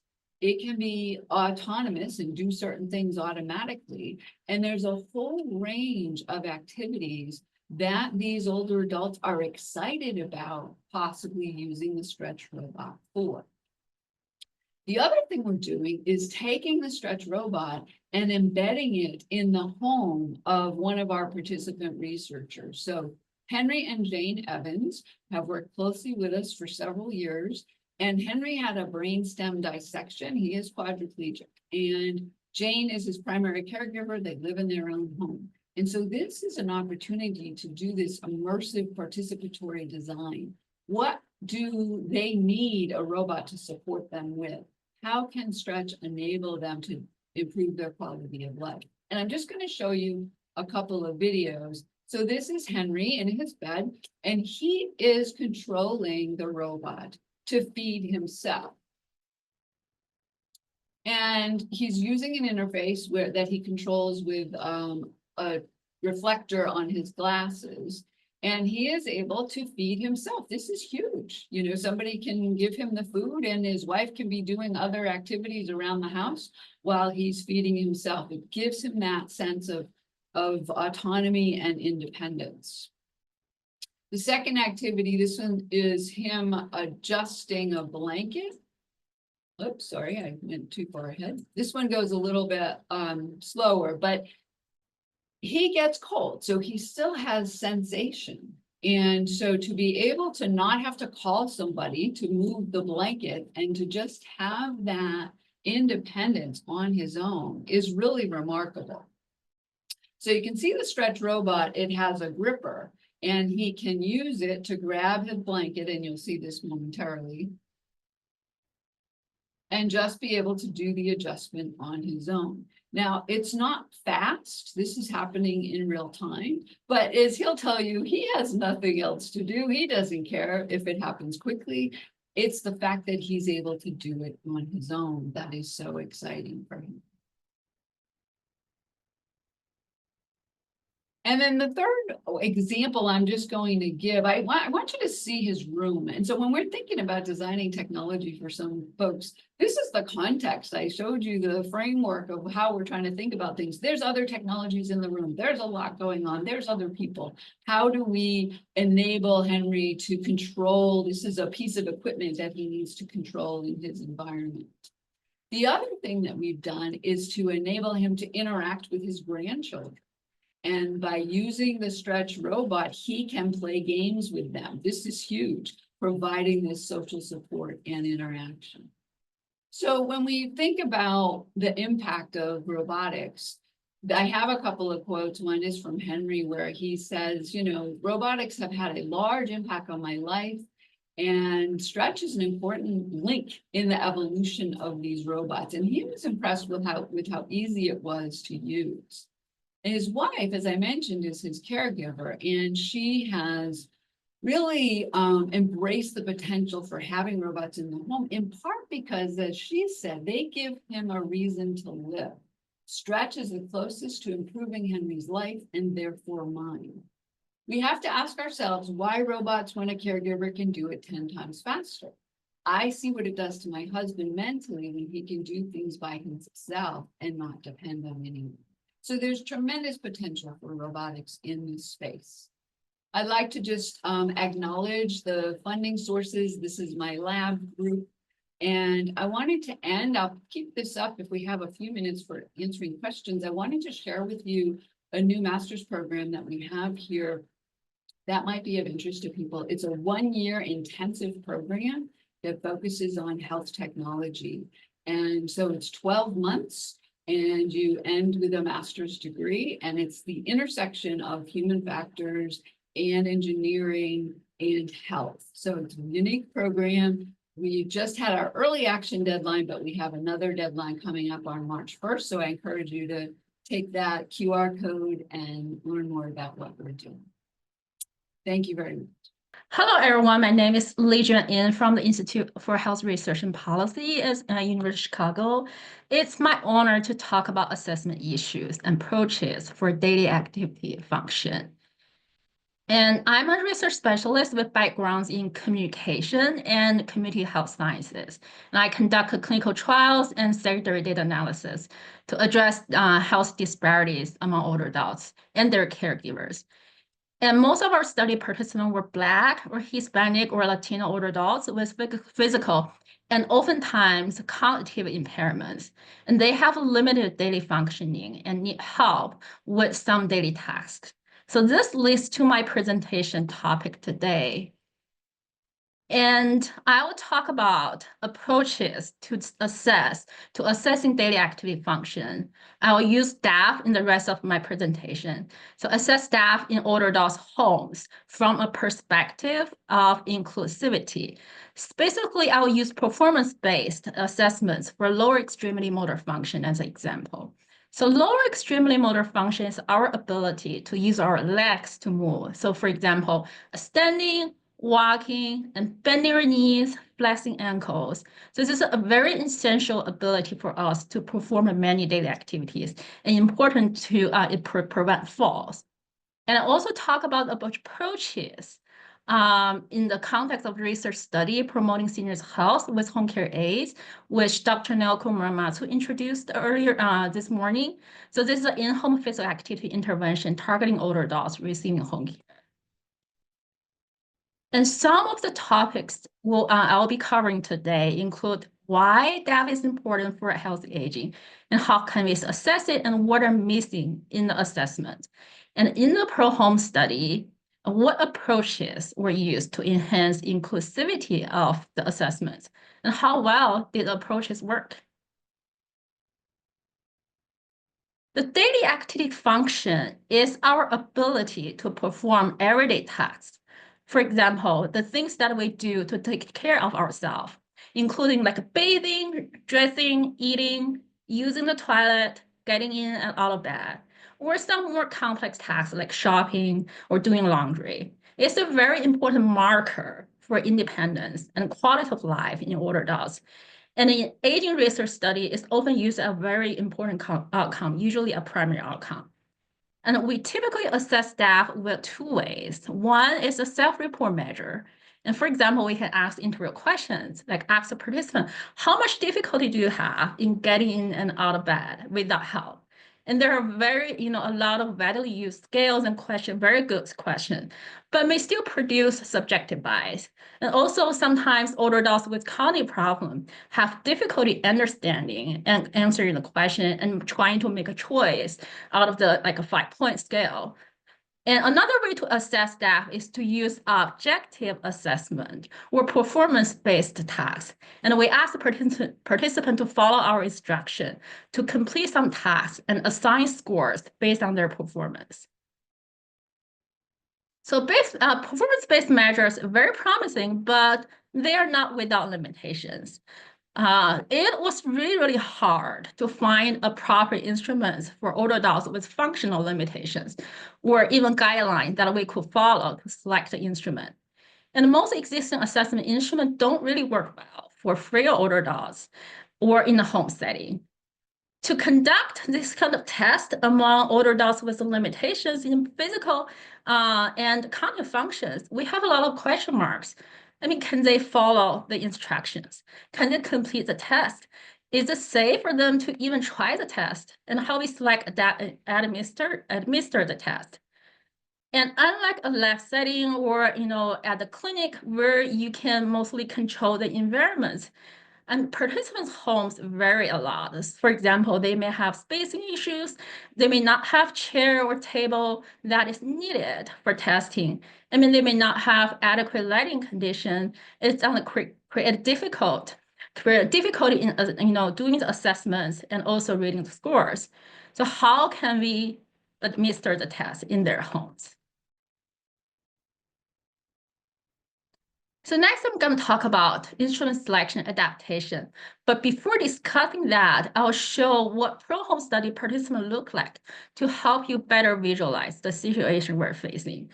So as you can see on the screen, so they were predominantly with low socioeconomic status and had significant functional limitations, both physically and cognitively.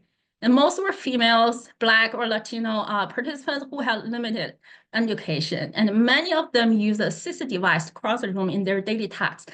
So for example, a cane, a walker, and many of them, live with multiple chronic conditions. We also conducted cognitive assessment among our participants. And it turns out like more than half of them has some signs of cognitive impairment.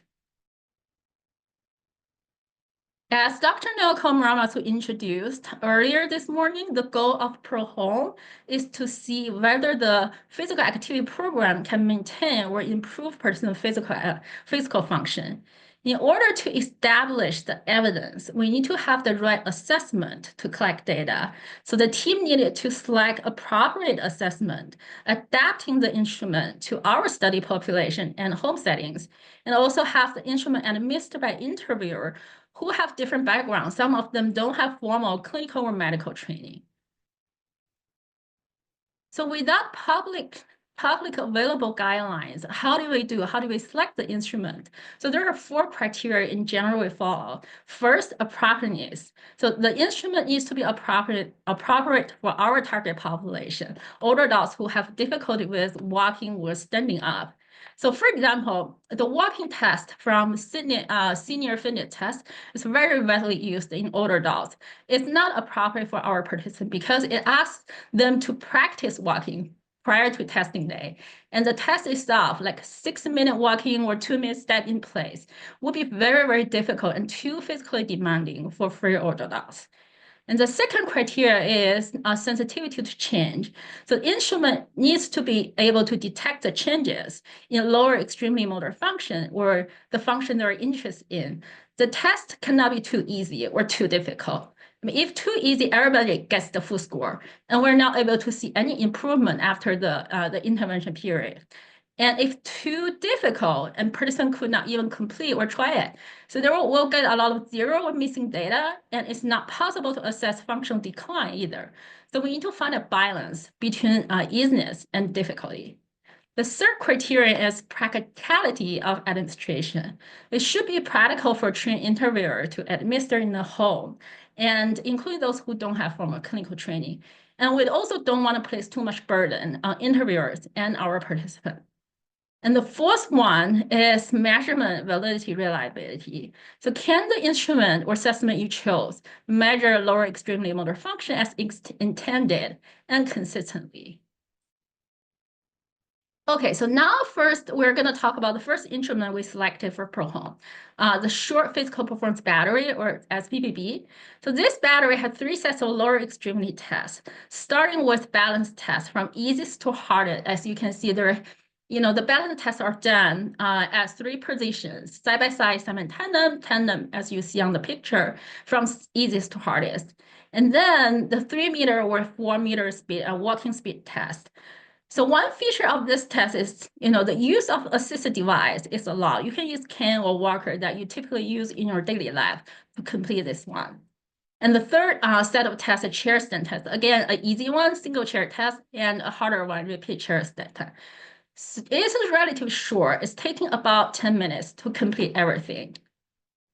So the evidence of SPPB has been well documented in different populations, including those with disabilities. It's very, very appealing to us because even if a participant cannot complete a test, they will still get a score of 0, avoiding missing data. And the test start with the easiest one.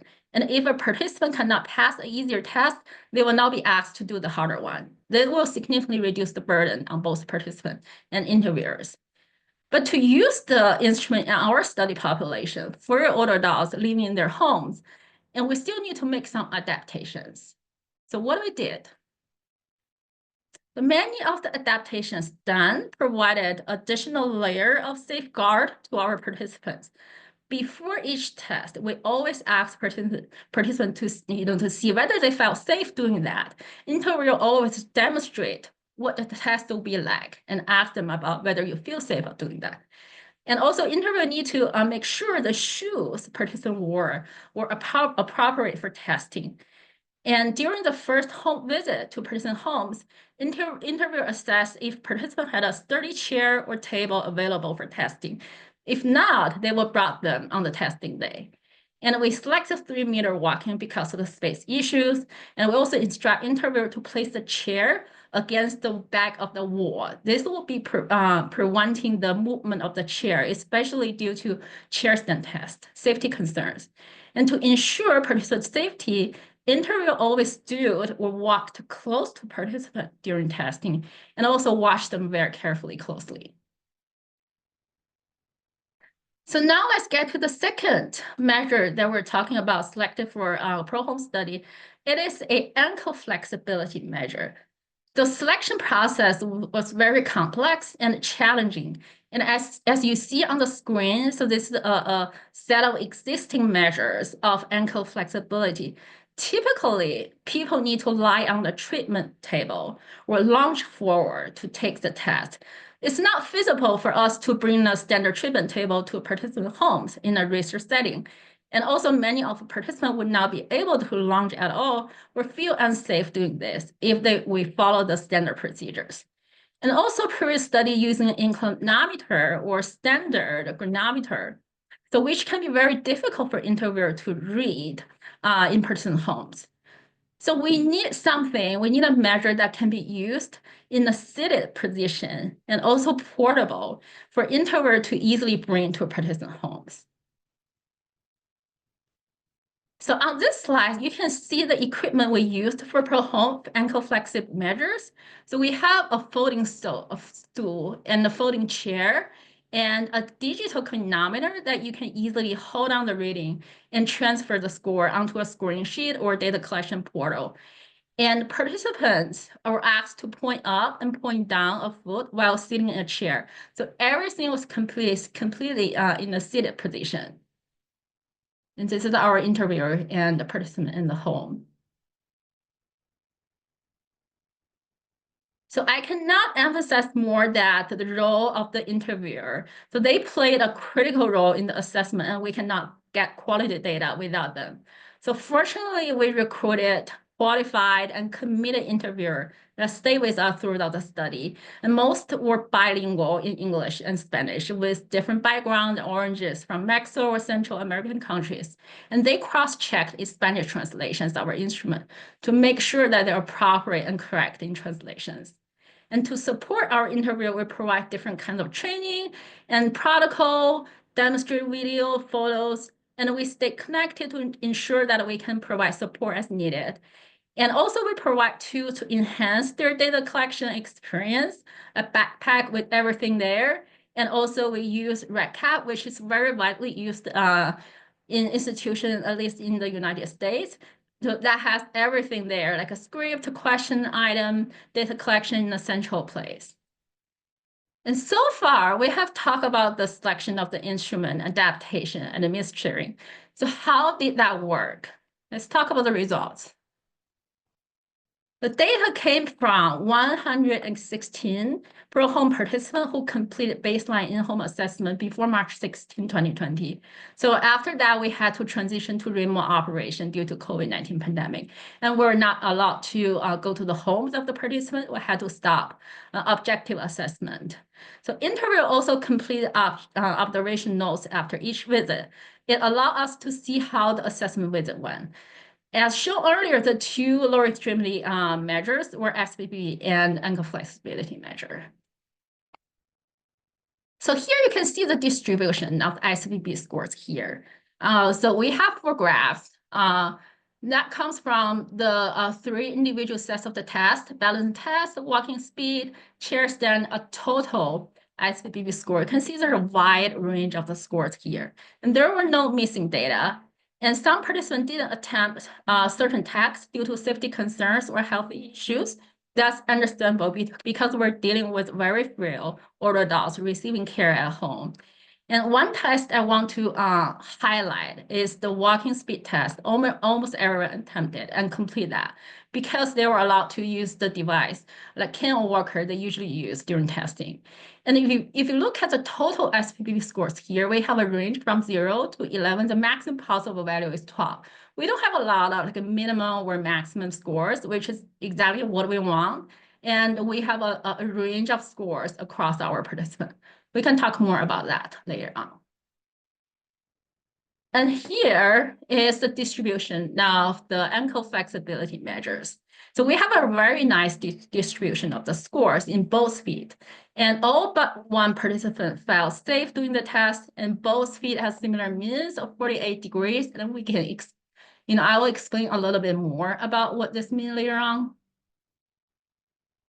An interviewer generally reported a positive experience. Participants seem to enjoy the assessment, although the visits seem to be a little bit tiring for some participants. Just as you know that physical performance test is a part of the entire home visit.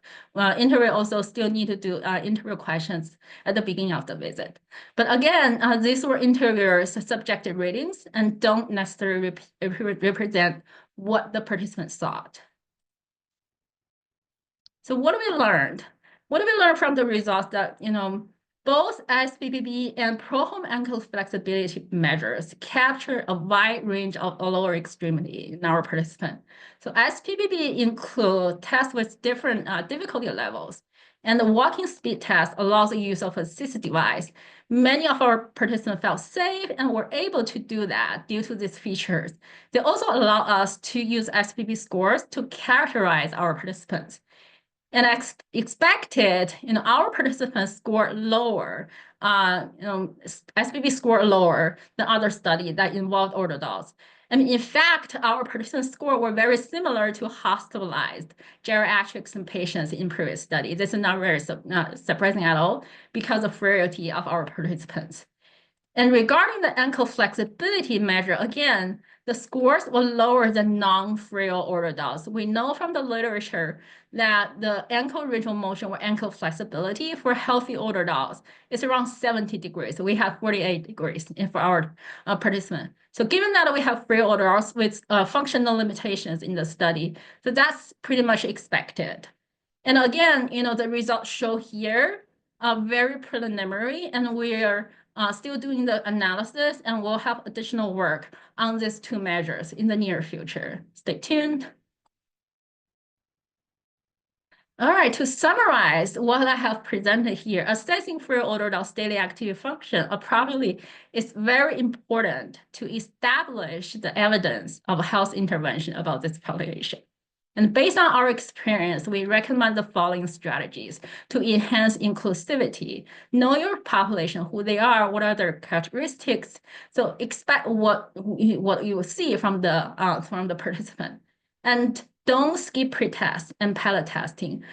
Test the instrument you selected with yourself with some pre-test participant just to make sure they're working well.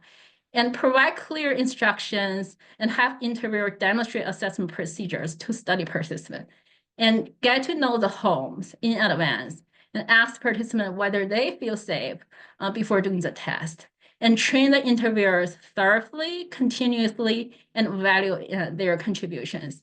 And if you would like to learn more about this topic, feel free to scan the QR code here. So this is a recent publication on this topic. Thank you. Thank you for staying here. Thank you very much for the opportunity to share with you part of the work we do in the Gerontology Research Unit.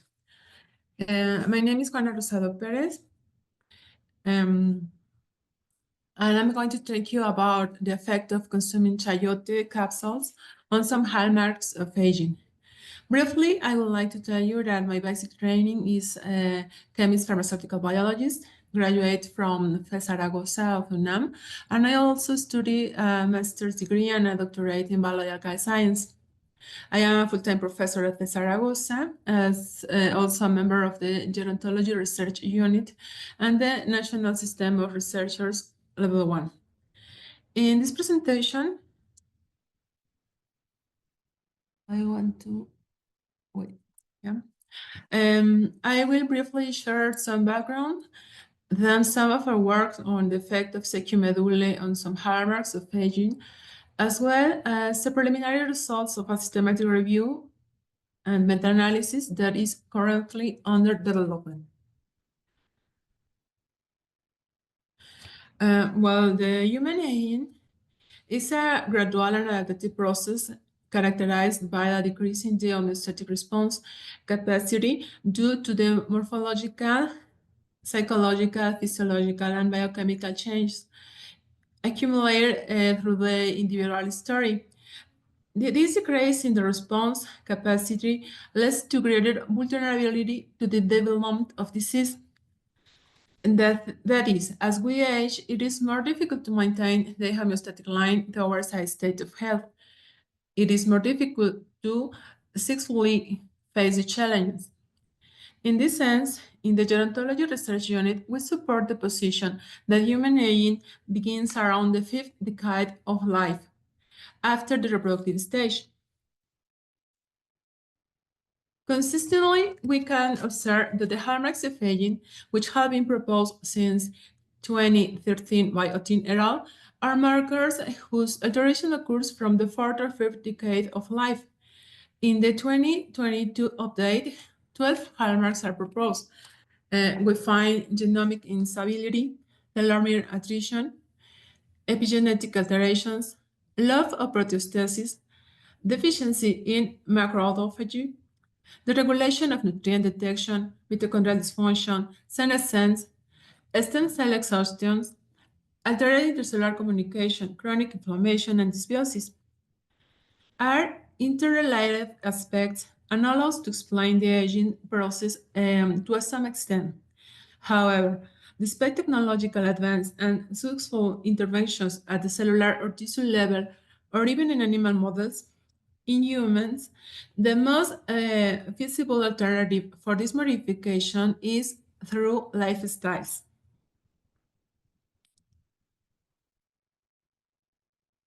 The interaction between genetics, environment, and the lifestyles we adopt is decisive in the type of aging we will experience. Considering this, in the Gerontology Research Unit, we have carried out some lifestyle interventions. Among the elements of the healthy lifestyles, exercise has been identified as one of those that generates most benefits. In our skies, we have carried out interventions with modalities of moderate exercise, which is the prepared intensity for older adults, specifically Tai Chi, walking, and a resistance training program. Regarding antioxidants molecules, we have carried out interventions with vitamin E, vitamin C, alpha-lipoic acid, and resveratrol in different kinds of populations. In this slide, my intention is to show you a general way, the process we follow to carry out interventions. First, according to the inclusion criteria, we recruit patients. After proving the information related to the project and having the informed consent signed, the baseline evaluation is done, and after corroboration, the inclusion criteria, the treatment group is assigned. And finally, the post-treatment measurement is done. Otherwise, I show you the markers that we usually determine. As we can see, some of these markers have been pointed out within the hallmarks of aging.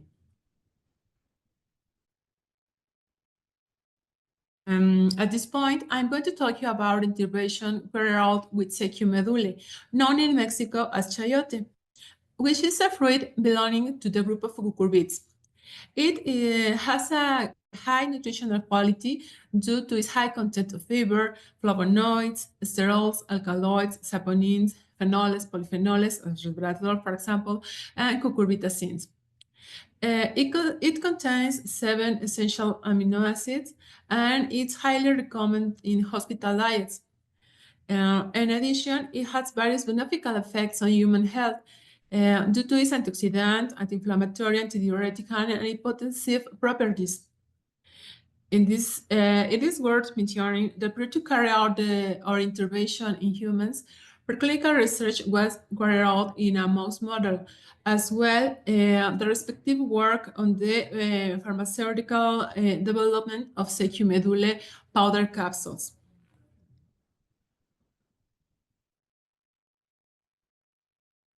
In this diagram, I showed you the bioactive compounds determined in the capsules of Sequium medullae that we have used in our interventions.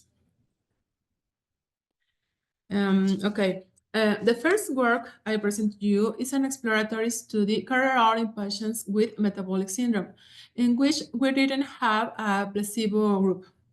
The intention was to evaluate the effect of the treatment, as well as to verify that dose calculated based on preclinical studies would be adequate of enough. As we can see,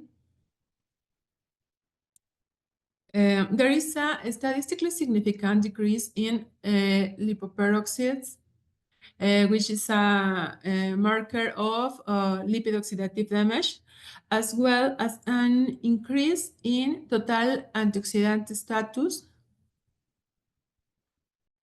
and in the antioxidant gap. So overall, there is a decrease in the index of oxidative stress, in which we evaluate all the markers in an integral way.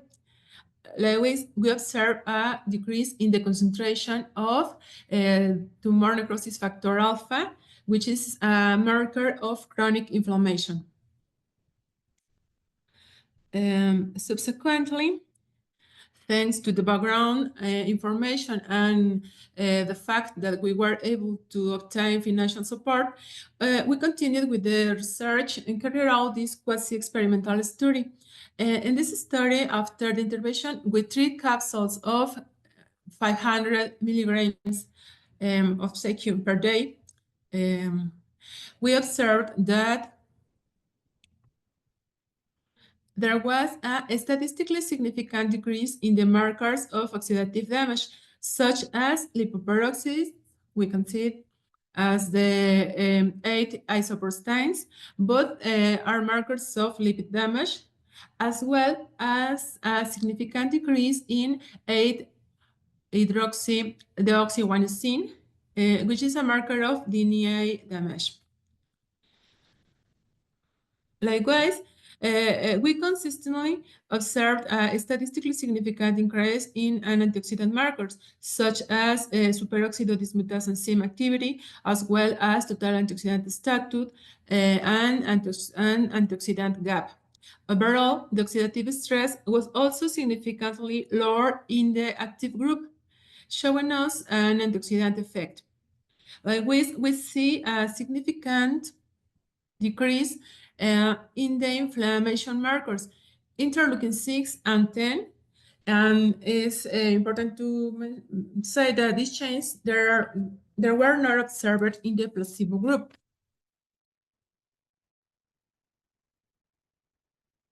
Also, although I don't show the data, I share with you that in this study, we observed a significant decrease in the concentration of glucose and blood pressure, so that the percentage of people with metabolic syndrome also decreased significantly.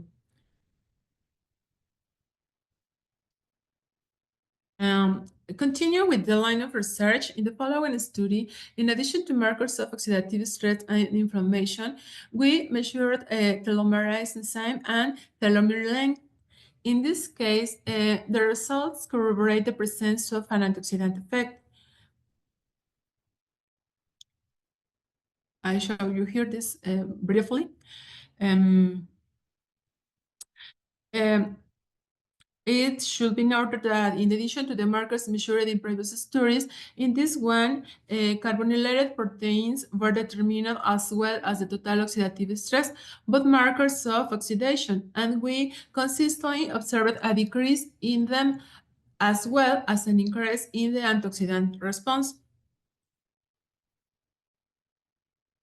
Regarding telomeres, in the placebo group, we observed a shortening accompanied by an increase in telomerase activity. This makes us assume that the consumption of secume medullae has a protective effect against telomere shortening, probably as a consequence of the decrease in the oxidative and pro-inflammatory environment, or also as a consequence of the synergic activity of the active compounds present in chayote, which have been reported as molecules capable of reaching the cell nucleus. in this last story that I present to you, in order to evaluate possible mechanisms involved in the observed effects, we determine the relative RNA expression of antioxidant enzymes, as well as preflammatory cytokines and regulatory molecules such as nuclear factor erythroid-2 is NRF2 and RF2 and the factor nuclear kappa B.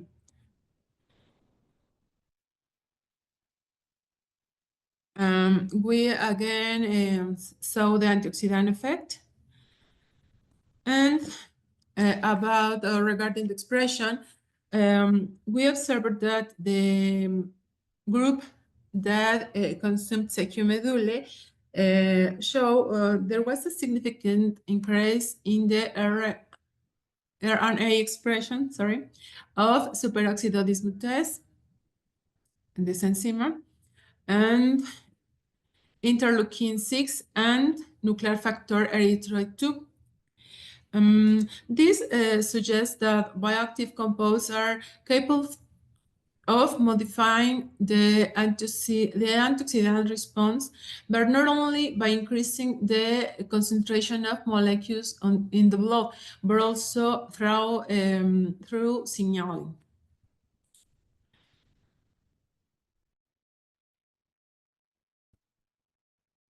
Finally, I'm going to show you our preliminary results of a systematic review and meta-analysis, which we observed that the consumption of secumedule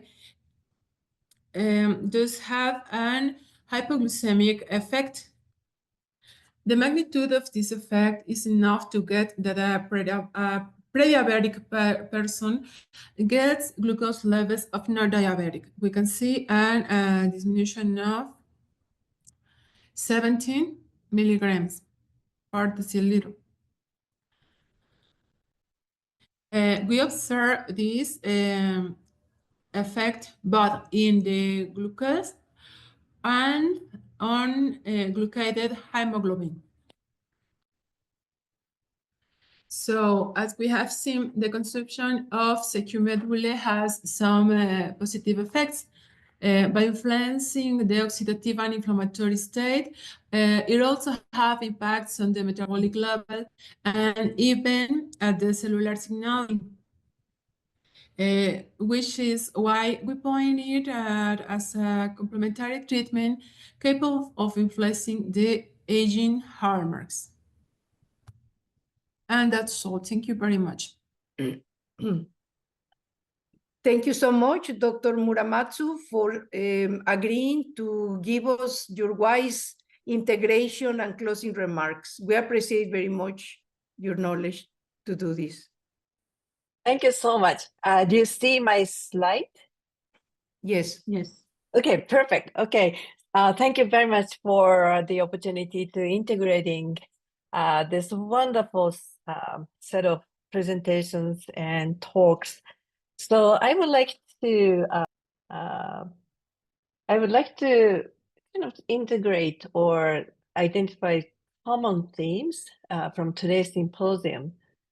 And we learned so many things, but the common themes that I identified are we are all aging, right? All the students, young people, we are all aging. And living longer and healthier is critically important for us individuals, our families, our communities and nations and the world. And healthy aging was nicely defined in the presentation that it is a process of developing and maintaining the functional ability that enables well-being in older age. And that can include functional ability, intrinsic capacity, and all kinds of things, genetics, health characteristics, personal characteristics. And we know that age itself does not cause all these health issues, but is strongly associated with chronic diseases such as Parkinson's disease, Alzheimer's disease. And also there are issues like ageism, so basically discrimination based upon age, And that should be challenged. That has been heard many, many times. And community engagement and empowerment are critical, critical for promoting healthy aging in our society. But there are lots of unknowns and so many factors interact with each other to, develop disease and multiple diseases. They are all interacting with each other. And so data is critically important. For example, functional status, inflammation, and telomere length and other markers. But data are still limited. So for example, sparse longitudinal multimodal data that indicates brain structure, brain activity, disease pathology, all kinds of omics and demographic measures, cognitive assessment, but they are not really tracked longitudinally. And there are lots of lack of instruments to measure frail older adults' function in the home setting or all kinds of factors that affect disease progression and progression of functional disabilities. Now, we really had an amazing amount of knowledge that we actually are exposed to today. And so I would like to identify some resources and knowledge shared. And this is not a real complete list. There's no way that I can list all of the important things that we learned today. Impactful knowledge that we gained includes like calcium channel dysregulation in Parkinson's disease and also needs in Alzheimer's disease. And it is important to take care of the brain of toxicants. And also we learned lots of engineering and data science laboratory and expertise. Those resources are critical for us to move our science and also practice forward. And also there are lots of important frameworks and concepts that will guide our work and collaboration, including, of course, healthy aging, multi-level framework, robot-human interactions, and empowerment and aging the stereotypes, not aging of stereotypes, that would be great. And then overcoming those stereotypes and transforming negative attitudes.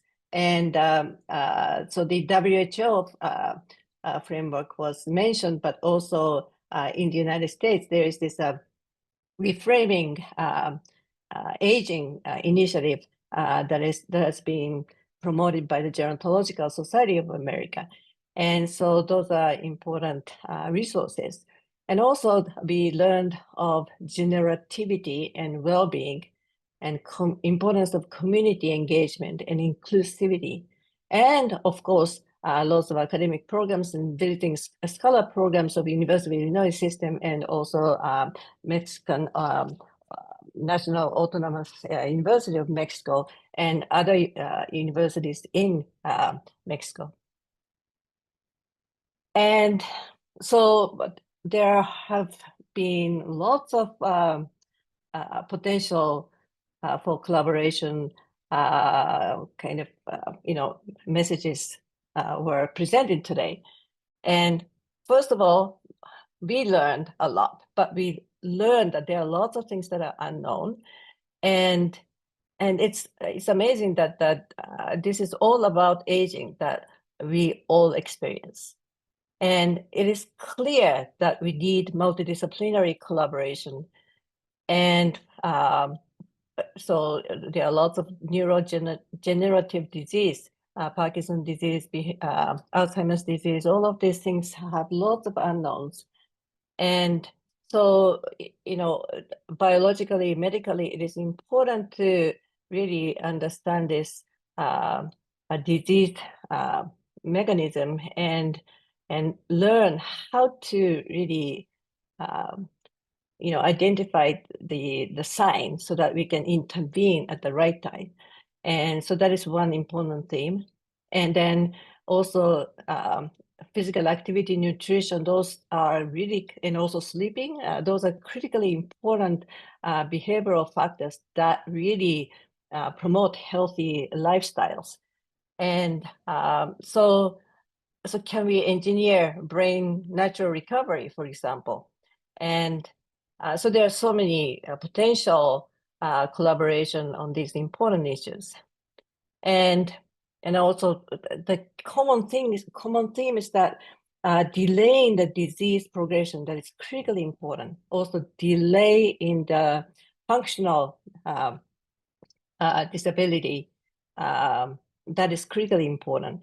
So there are lots of interventions and real programs that have been tested, as well as ideas for intervention. So that includes community-based interventions and community gerontology model for healthy aging, pro-home empowerment or emancipatory. And so many different things have been proposed. So, so this is an important invitation to the field of gerontology. Gerontology is the field of scientific research on aging, and it's multidisciplinary. It includes medicine, biological sciences, psychology, social sciences, healthcare professions, engineering, technology, data science, education, business, urban planning, environmental science, policy, and the list goes on and on. And so this is a great area to go in, and this, solving the problems and issues and promoting the healthy aging requires people from diverse backgrounds and training to collaborate. So to conclude, this diagram shows that worldwide, people who are older is really, basically the population is growing, as you can see in this green line, whereas kids, kids who is younger than 5, this is drastically decreasing. This is worldwide. And so it is important to really, be aware. It is important to be aware of all of these issues, and then we need to contribute to the solution of various issues that all countries and cities and neighborhoods are experiencing. So, so basically, all of us are really facing this global population aging, growing care needs, caregiving burden, healthcare workforce shortages, and we need to search for solutions, and lots of unknowns about what we all experience. And so international and interdisciplinary collaboration is critical. And I hope that this is the beginning of the, future collaboration among universities, 2 countries, and different disciplines. So thank you so much for the opportunity to kind of integrate what we learn, and I really appreciate the organizers of this workshop or symposium, and also all of the participants,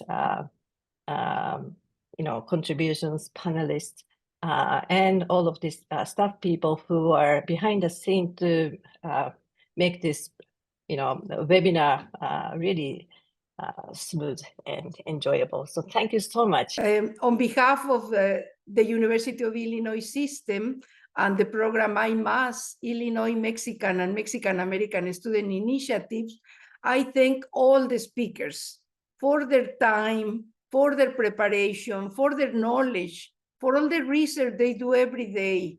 Thank your students as well, because I know this is teamwork with lots of people involved. So thank everyone for meaningful and engaging research presentation. And at the end, we see the value in society, we see the value in the community. I hope this will spark new collaborations and discoveries, and together we can solve many problems. These have been extremely impactful presentations. I want to thank to all the speakers, and especially to Dr. Naoko Muramatsu for a wonderful job doing the integration and conclusion of this symposium.